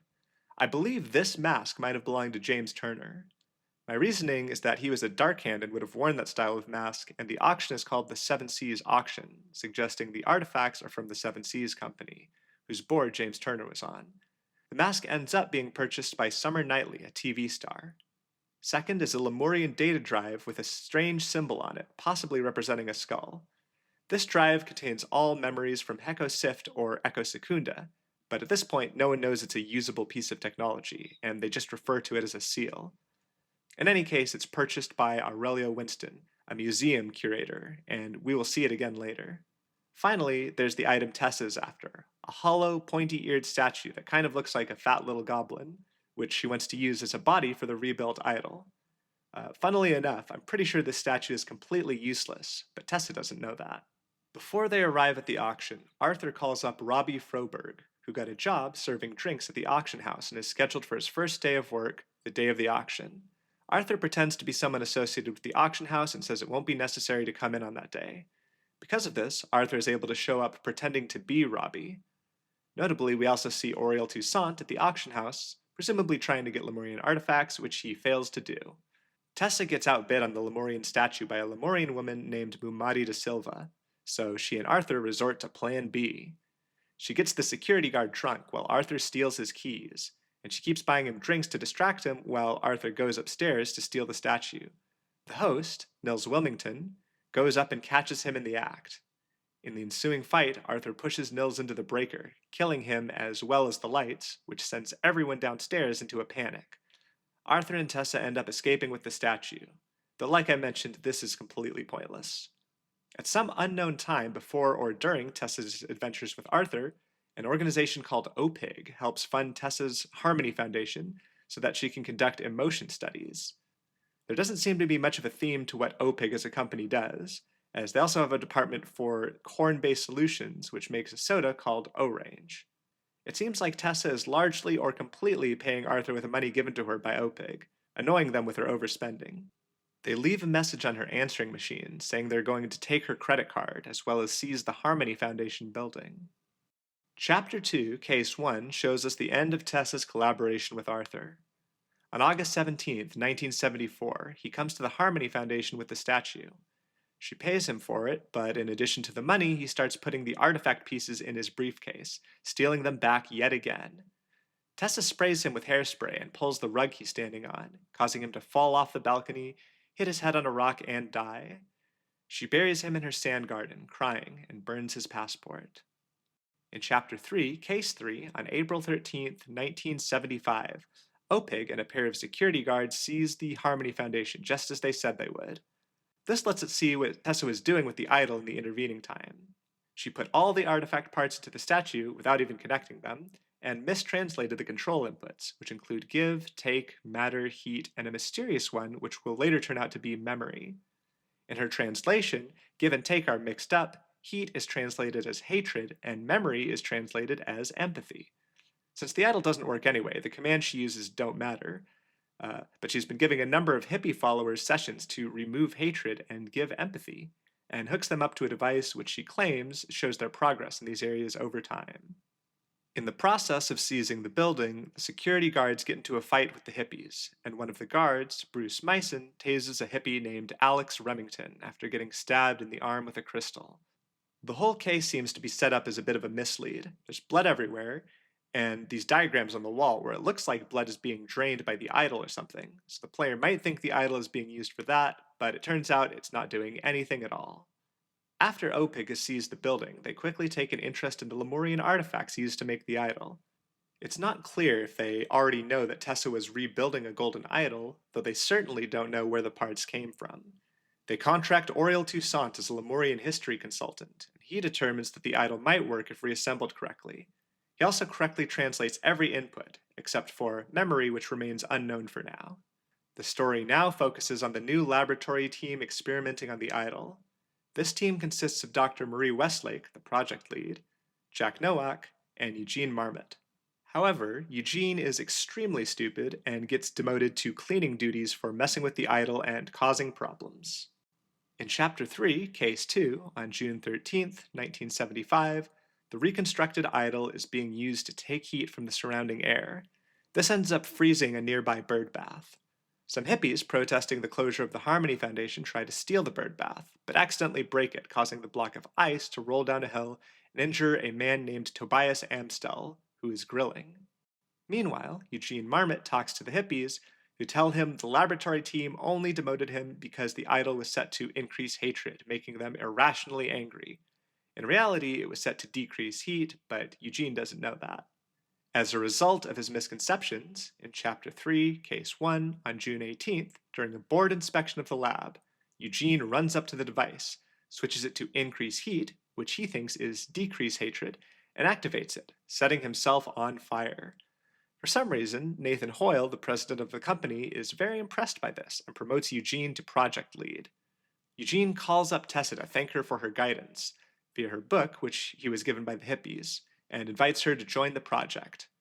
This company hierarchy shift is finalized by July 12th, as we see on the OPIG org chart.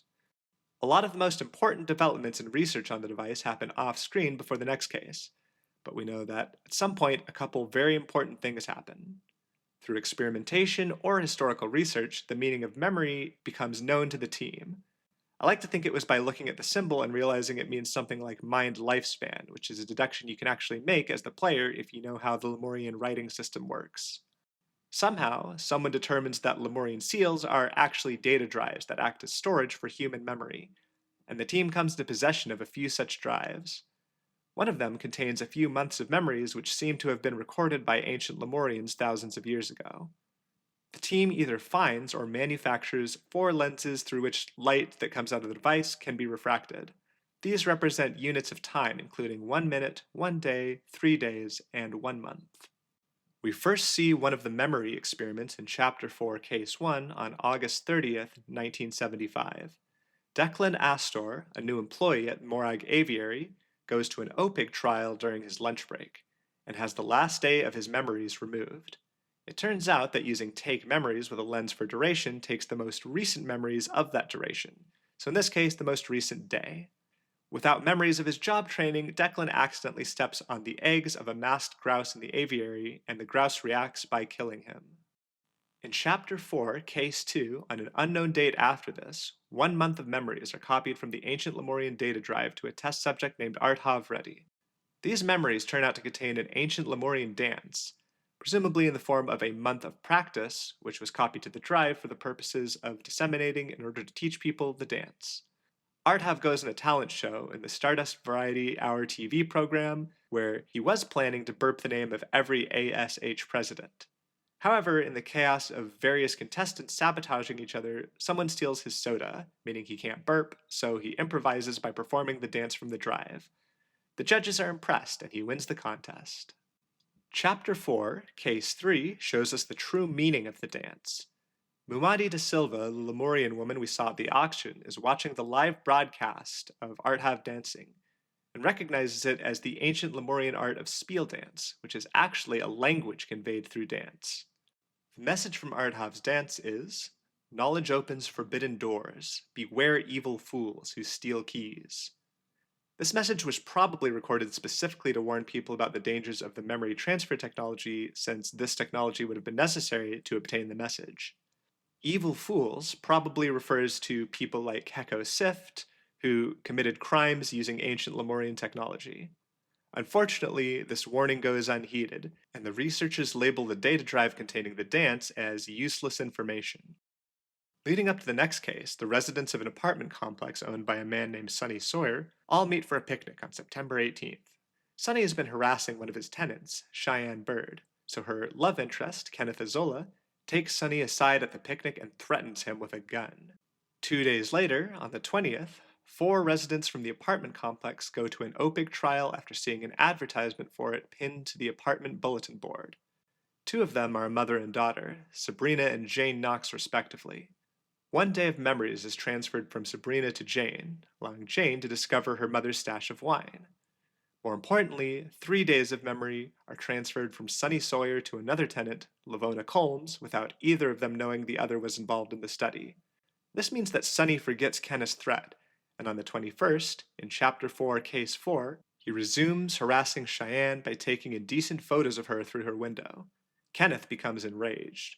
Lavona sees the photo and realizes that she received Sonny's memories and that Kenneth is going to kill Sonny, so she rushes towards Sonny's apartment, but she's too late, and Kenneth shoots and kills Sonny, makes it look like a suicide, and then for some reason steals his noodles for his date with Cheyenne. Based on their notes on the trials, OPIG doesn't seem to be aware that their experiments are causing people to get killed. They just think participants who don't show up for a follow-up are stealing the money. I'm kind of confused why Lavona doesn't tell them about Sonny's death in a follow-up, since she seems to be aware that their technology was partly responsible for what happened. It seems like all the tenants hate Sonny though, so maybe she decides it's better to avoid an investigation, which might reveal that Kenneth was the killer. In any case, now that OPIG understands what the device is capable of, they want to give it a name. Jack Nowak accidentally inspires Eugene to name it the IDOL after referring to it as an information dispatching optical lens. I'm not sure the exact date this happens on, but it seems to be sometime after the initial trials. In Chapter 5, Case 2, on April 25th, 1976, Tim Spender, the head of speculative investment at OPIG, checks into the Love Motel, cheating on his wife with Jasmine Patel, a member of the board. The following day, the OPIG team performs a demonstration of the IDOL for the board via live broadcast. The demonstration is supposed to involve transferring 1 minute of memory from Tim Spender to Eugene Marmot. But Eugene, thinking he can get some kind of leverage over Tim, swaps out the 1 minute lens for the 1 day lens. It turns out that the memory transfer can travel via live broadcast, though, and it's sent not only to Eugene, but also the cameraman and the board members watching in a completely different city. This leads to Tim's wife receiving the memory of him cheating, and she attacks Jasmine by splashing water in her face. At some point after this accidental boardroom experiment, the board asks the research team for proposals for interesting things that the IDOL could be used for. Jack Nowak proposes that it be used for an educational broadcast, but this idea is rejected along with others. We'll get to the proposal that succeeded later, but at some unknown point before the end of the year, Jack decides to take matters into his own hands and experiment with the IDOL in secret. He goes to a homeless camp by a place called the Steelside Warehouse near the docks in New Wells, bringing the device with him and wearing a hoodie to disguise himself. He pays the homeless people to let him experiment on them, probably in a way similar to what he proposed to the board by transferring memories from himself in order to make them more intelligent, by his estimate. One homeless man named Luke Brown moves to the docks at the end of the year after receiving a tip that Jack, who is now going by the name Hunter Wolf, can give him easy work. On January 12, 1977, Jack writes in his diary that one of the homeless people, Harry Stone, is ready. Based on another entry which Jack writes on April 3rd, the goal was apparently to help Harry escape homelessness by making him more intelligent. But Harry doesn't attend a single job interview, making Jack frustrated, and he decides that the others must have somehow sabotaged Harry. 2 days later, on April 5th, Jack writes that knowledge improves societal conditions and that it must be given to people who can more broadly influence society. In the course of his experiments, he also determines the exact limitations of the device. It can give memories remotely, but not take them remotely, meaning it can only take memories from one person, but can give them to many people.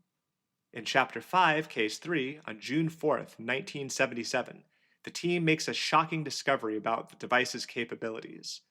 Auriel Toussaint, presumably after remembering the Lemurian data drive from the auction and realizing what it is, schedules a meeting with Aurelia Winston at her museum, with Jack and a security guard present. Jack transfers a month of memory from the drive to Auriel, and Auriel tells us everything we learned about Echo Secunda or Heko Sift earlier in the video. However, Auriel becomes frustrated by his inability to access more than a month of memories, so he asks Jack to look for a way to increase the amount transferred. Jack tries layering multiple lenses, thinking it will add the amount of time from each lens, but instead it multiplies them, causing Auriel's mind to be completely overwritten by that of Echo Secunda. Echo, finding himself in unfamiliar surroundings, looks around for a weapon, and smashes the glass in a museum display case to grab a Vaporeon from inside, which prompts the security guard to try to apprehend him. Echo tries to shoot him with the Vaporeon, but it doesn't work, so he grabs a spear and throws it at the guard, injuring him before running away. Not long after, a drug dealer named Elijah Sinclair shows up at the homeless camp, demanding that the homeless people work for him. Elijah attacks Luke Brown, hurting his leg.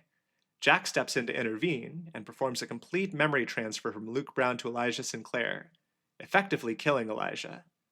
This would be Jack's first time seeing the effect of taking all memories from someone. The effects include the death of their body and their eyes turning red. Jack hides Luke's body in a sewer pipe, and Luke, now in Elijah's body, is thrilled to be saved by Jack and becomes his loyal servant. At some point in June, Echo Secunda is caught by authorities and put in an insane asylum. It seems extremely unlikely that they would have any idea what happened, and they seem to have just assumed that Auriel Toussaint lost his mind. In the prologue case, we see that he chews through his straitjacket strap and uses it to strangle a security guard named Morg Braca. While killing Morg, he shouts Prom Nepal Prom, which means something like Stop Mind Stop in ancient Lemurian. People have speculated this is referring to Auriel's personality fighting back against Echo's. Much of what we see in the games does seem to emphasize that there's no trace of the original person after a total memory transfer, but we'll later see that this might not be entirely true. Now we finally arrive at Chapter 1, which as it turns out is the last chapter of the game chronologically. On July 14th, a bit after Jack transfers Luke Brown's consciousness to Elijah Sinclair, Luke's original body is discovered during the investigation of the death of Joel Gregson, a construction foreman. Joel is crushed by a sewer pipe when one of his workers uses the incorrect equipment to destroy it. And when investigators show up, they discover Luke's body inside the sewer pipe. In September, Jack decides to get better people into powerful positions by transferring the minds of homeless people into evil rich people's bodies. In Chapter 5, Case 4, on September 17th, he transfers the mind of Harry Stone to a rich television producer named Gabriel Gerard, who is partying on a boat called the Sea Breeze. It seems like Gabriel wanted to see a snuff film, which Jack took advantage of by effectively killing Gabriel via the broadcast. Contrary to Jack's plans, however, Harry turns out not to be that much better of a person than Gabriel, and creates a reality TV show called Bum Wars in which homeless people compete in challenges. This leads to an unknown homeless person being accidentally killed in a jousting game. At some unknown time close to this, Dirty William's consciousness is transferred into the CEO of a company called Textillion. In the CEO's body, William goes to a board meeting and votes against a proposal to build new factories in the East, due to environmental and labor concerns. However, he's outvoted by the rest of the board, so nothing changes. This leads to Jack becoming disillusioned, feeling that he still can't make a difference in the world even with such powerful technology. On October 3rd, 1977, OPIC holds a meeting, having decided what they want to do with the IDOL. The proposal they accepted was submitted by Eugene and is called the Happy Customer Project. During the upcoming Pell Game, which millions of spectators will be watching via live broadcast, Eugene wants to show a commercial for O-Range, the orange soda produced by OPIG that I mentioned earlier. The commercial will include 1 minute of memories, broadcast via the device from swimsuit models who have taken drugs to make them feel happy. Tessa Navari becomes outraged and throws O-Range in Eugene's face, leading her to be escorted out by security guards. Meanwhile, Jack stands ominously in the shadows like a weirdo, mumbling about how the device has no range requirements. This whole scene is shown during the game's finale when you're trying to figure out who Hunter Wolf is, so it seems like they made Jack look evil as a subtle clue. The first step of the Happy Customer Project happens in Chapter 5, Case 1, on November 4th, 1977. Credit goes to Reddit user ThisThingamajig of Ulm for determining the date of this case, using the fact that it was a Thursday and took place after an attack on the lab by Tessa's empathy warriors, which happens off-screen on November 2nd.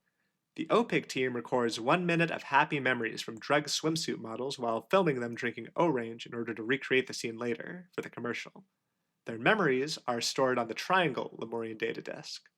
One of these models, Amy Wood, has an allergic reaction and almost dies. One interesting thing that I saw pointed out by another Reddit user is that when Eugene tells Jack to take a supplement called Genius, it actually inspires Jack's ultimate evil plan. We can deduce this from the timing of Luke Brown's journal entries around the time, with Jack looking disillusioned on November 2nd, right before this case, and filled with determination and grace on November 7th, right after the case. Furthermore, on November 4th, Jack writes a journal entry saying, "I know what I have to do." Jack's plan is to sabotage the Happy Customer broadcast and transfer an entire mind to millions of spectators instead of just a minute of memories, effectively killing everyone watching the broadcast and creating millions of copies of the same person in their place. For this person, he chooses his uncle, Isaac Nowak, an esteemed scientist whom he deeply respects. On November 8th, Jack brings Luke Brown to the OPIG lab, and they ambush the security guard, Bruce Myson, tying him up. Jack transfers Luke's consciousness from Elijah's body to Bruce's before untying him. This step is necessary to give him full access to the device, which is now being kept under higher security than before. One thing I'm not sure about is what Jack and Luke did with Elijah's body, which at that point was dead with the telltale red eyes. I like to imagine that they tried to bury it in the sand garden outside the lab, only to discover the body of Arthur Blythe, which probably would have made them very confused. Regardless, it doesn't seem like anyone found the body during the events of the game. On December 1st, the New Wells police opened the Small Canal case investigating the death of Dirty William, who was found in a container at the docks. By now, the police have found 3 dead homeless people with red eyes, an affliction they call the Red Curse. Rumors spread that the Red Curse is caused by some unknown new drug, and that the homeless people are part of some strange cult.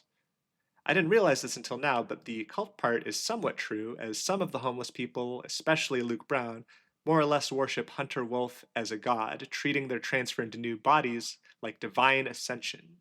It's likely that the police talked to some of the homeless people living at the docks at some point, and the cult rumor was the takeaway from whatever they heard. On December 4th, Jack lures his uncle, Isaac, to the Steelside warehouse at the docks.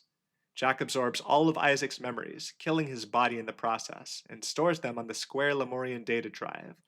Along with Luke Brown, they drive Isaac's body back to Westbridge University, where he works, and dump his body off a bridge, making it look like he slipped down the stairs. In Chapter 1, Case 1, Deborah and Cyril Bagman discover Isaac's body and see his red eyes. They call the police, and a case investigating Isaac's death is opened. At some point after this, Jack sends an anonymous message to his cousin and Isaac's daughter, Elizabeth Nowak. He says it would be a shame if the world discovered that Isaac was a drug user, just like the homeless people in the news, and that she should talk to the police commissioner. She arranges for the Rare Talent Fund, a project that she runs, to bribe the Bagman couple, paying their son Brandon's tuition so that they'll stay quiet about Isaac having the red curse. On December 6th, Detective Roy Sampson, who is leading the investigation into Isaac's death, receives test results from the New Wells Central Forensic Lab, revealing that none of the red curse victims had any evidence of drug use. In Chapter 1, Case 3, on December 7th, the New Wells police give a press release regarding the red curse deaths and the death of Isaac Nowak.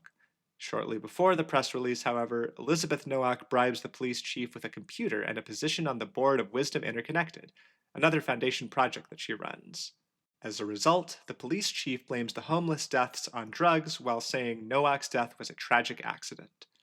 Around this time, Tessa Navari sneaks around the OPIG lab, slipping Jack a note hoping he will help stop the Happy Customer project. He pretends to cooperate and gives her a note saying the broadcast will be at 5:30 p.m. when in fact it will be at 5 p.m. sharp. His goal is to ensure that she storms the broadcast station and destroys the device after Jack has already executed his plan. His goal is likely to prevent the device from being used to commit acts of evil, at least ones he doesn't approve of, or especially to counter his plan in some way, such as by sending out a second broadcast immediately after the first to cancel it out. On December 16th, 1977, in the final case of the game, OPIG begins carrying out the Happy Customer project. At the lab, the 1-minute lens is installed, and Eugene uploads the swimsuit model's memories from the triangle disc onto the IDOL before heading to the OPTV station, where the broadcast will be sent out. Afterwards, angry with Eugene for exposing his affair and threatening to take his job, Tim Spender empties the device, presumably onto himself or a data disk, and records 1 minute of himself drinking Orange spiked with rotten eggs, which causes him to vomit.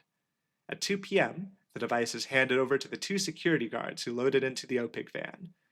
One of these guards is actually Luke Brown, however, and at 2:30 p.m., he empties the 1 minute of memories from the device into himself, causing him to vomit in the back of the van. Afterwards, he installs all of the lenses in the device and uploads Isaac's memories from the square disk into the device, then closes all of the device's panels, which he opened during this process. At 3 p.m., the van with the device arrives at the OPTV station, armed to kill millions of people. At some point after this, at the station, Tim lures Eugene to the roof with a fake letter that appears to be from Summer Knightley. When Eugene goes to the roof, he finds a bottle of Orange spiked with rotten eggs, along with a message taunting him from Tim.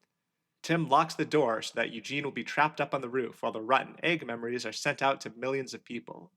However, Eugene, being an absolute hero and the spiritual successor to the legendary Peter Batley, does not stand for this. He is O-Range's strongest soldier, and he will not allow their good name to be tarnished. He climbs up the broadcast tower, risking his life to save everyone from tasting bad, stinky orange soda. He reaches the top of the tower at the last minute, just as the commercial is about to go live. Jack runs the camera, feeling he is obligated to sacrifice himself as part of his plan. Eugene pulls out the video-in cable, falling in the process, and holds onto the cable for dear life, having saved millions of lives without even meaning to. The broadcast goes live, and Jack's mind is replaced by that of Isaac, but thanks to Eugene, no one else is affected. At 5:15 p.m., right after the failed airing of the commercial, Tessa Navari and one of her accomplices break into the studio, spraying the guard at the entrance with pepper spray. They make their way to the filming room and shove the device out the window, causing it to fall to the concrete below and break all of its lenses. The 2 of them are arrested by the security guard, Billy Greer, while Isaac goes to the restroom, trying to figure out what's going on. There, he looks at himself in the mirror and is shocked to see the face of his nephew, Jack. In the aftermath, Tessa is escorted out by security guards. Eugene is promoted to head of speculative investment, replacing Tim Spender. Marie argues with Tim as they take their things from the OPIC lab, and Echo Secunda shows up at the OPTV station wearing a red hoodie. Finally, we see the IDOL being buried somewhere by a construction machine with an OPIC logo, followed by Isaac in Jack's body watching a video which Jack recorded to explain the motivations behind his evil plan. That marks the end of Rise of the Golden Idol, which takes us to that game's first DLC by release date and chronologically the latest entry in the series, The Sins of New Wells. This DLC is a bit unusual, more or less. Unlike other entries where you're meant to solve mysteries without following any particular character, The Sins of New Wells gives us a protagonist, Detective Roy Sampson. We briefly saw him in Chapter 1 of Rise, where he said he was being transferred to the 9th District.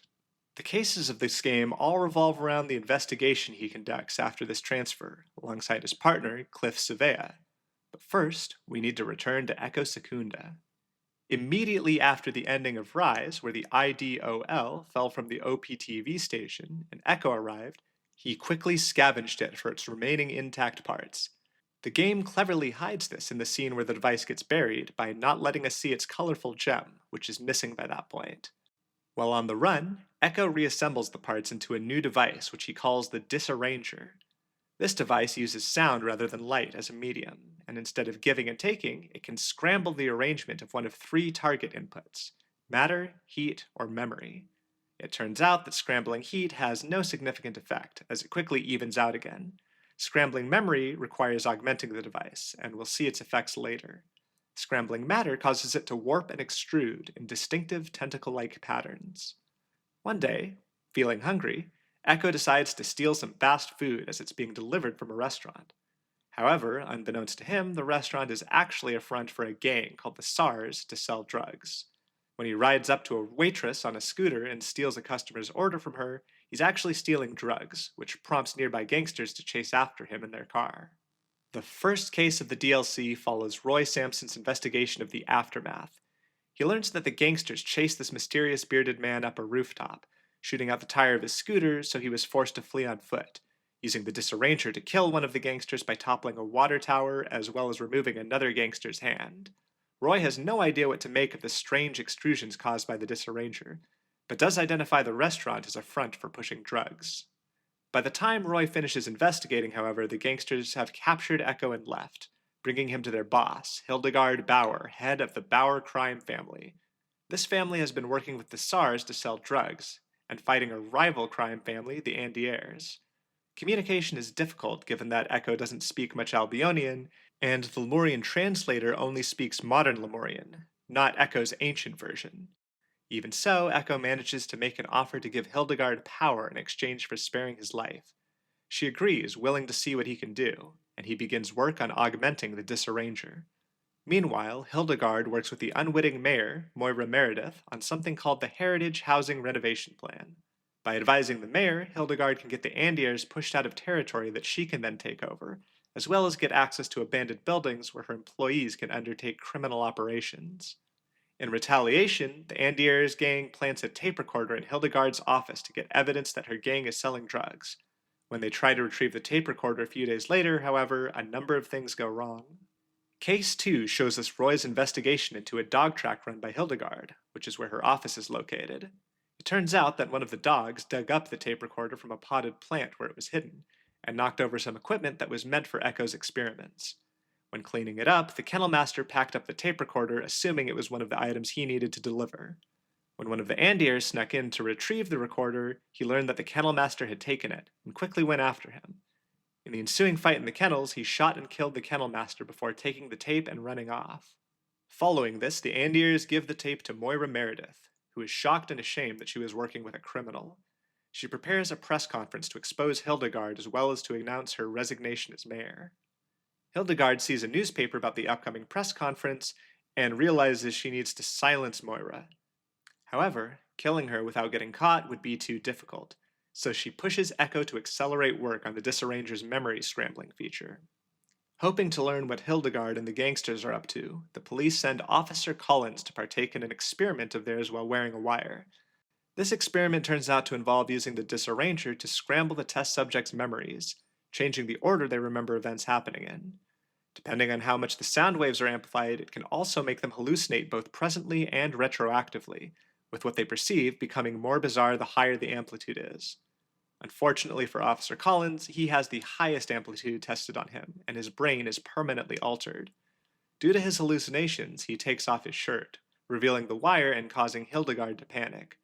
She orders the gangsters out the window and across a hanging girder into a nearby building, whose underground parking lot gives them access to their getaway car. This lets them narrowly escape the police, who then burst into the building, including Roy. By the time Roy realizes what happened, the gangsters are long gone, but he does find evidence of the weapon Echo was working on, along with the danger to the mayor. Roy goes to warn the mayor that the gangsters may use sound as a weapon against her, though she isn't very receptive to his help since she doesn't trust the police. Roy then goes to inspect the audio setup for her press conference. He initially thinks it looks safe, but after talking to a sound engineer and learning that a microphone can be turned into a speaker, he rushes back to the stage, where the mayor is right about to begin speaking. Having deduced that one of the gangsters disguised himself as a technician and rigged the mayor's microphone, and with no time to spare, Roy pulls out his gun and shoots the microphone, saving the mayor at the last second. Roy explains his actions and prompts the police to go chasing after the gangsters, who are hiding in a nearby abandoned building. In the ensuing shootout, one of Hildegard's henchmen is killed, and Echo uses the disarranger to open an escape route to another building across an alleyway. Seeing the holes in the wall left by Echo, Roy follows him. Echo jumps out from the shadows, and they knock off each other's headphones, which were meant to protect them from the device. Roy ends up activating the disarranger, then grabs his gun and shoots it right as it scrambles both his and Echo's memories. Roy experiences similar symptoms to Officer Collins. His memories are rearranged and morphed into strange hallucinations. Echo receives similar effects, but also seems to have some trace of Auriel Toussaint reawakened, as he says, "Am I historian or history?" Fortunately, both Roy and Echo get support for their mental states following exposure to the disarranger. Echo receives treatment from a psychiatrist who helps him in writing a book about his experiences, while Roy is able to keep working as a detective thanks to his partner Cliff translating the hallucinations he perceives.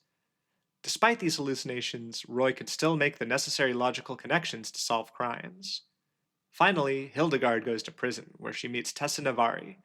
This could hint at a future team-up between them, but at time of writing, it brings us to the end of the Golden Idol universe's timeline. Altogether, the Golden Idol series tells a story about the unstoppable, chaotic nature of technological progress, and the dread-inducing question of whether we will ever become wise enough to use the technology we create without destroying ourselves. It's a story of intrigue tipping the scales in key moments in history, not so much of important people influencing the course of history, but of them being helpless participants in the catalyzing moments that decide the fate of humanity, regardless of any individual ambitions. I hope you enjoyed my fully updated timeline of the Golden Idol universe, which should be complete until a new game comes out. Thank you for all your support and comments, many of which helped me correct mistakes in the previous version. I still have tons of videos in the works, though they won't be quite as long as this one. Thank you for watching, and see you next time.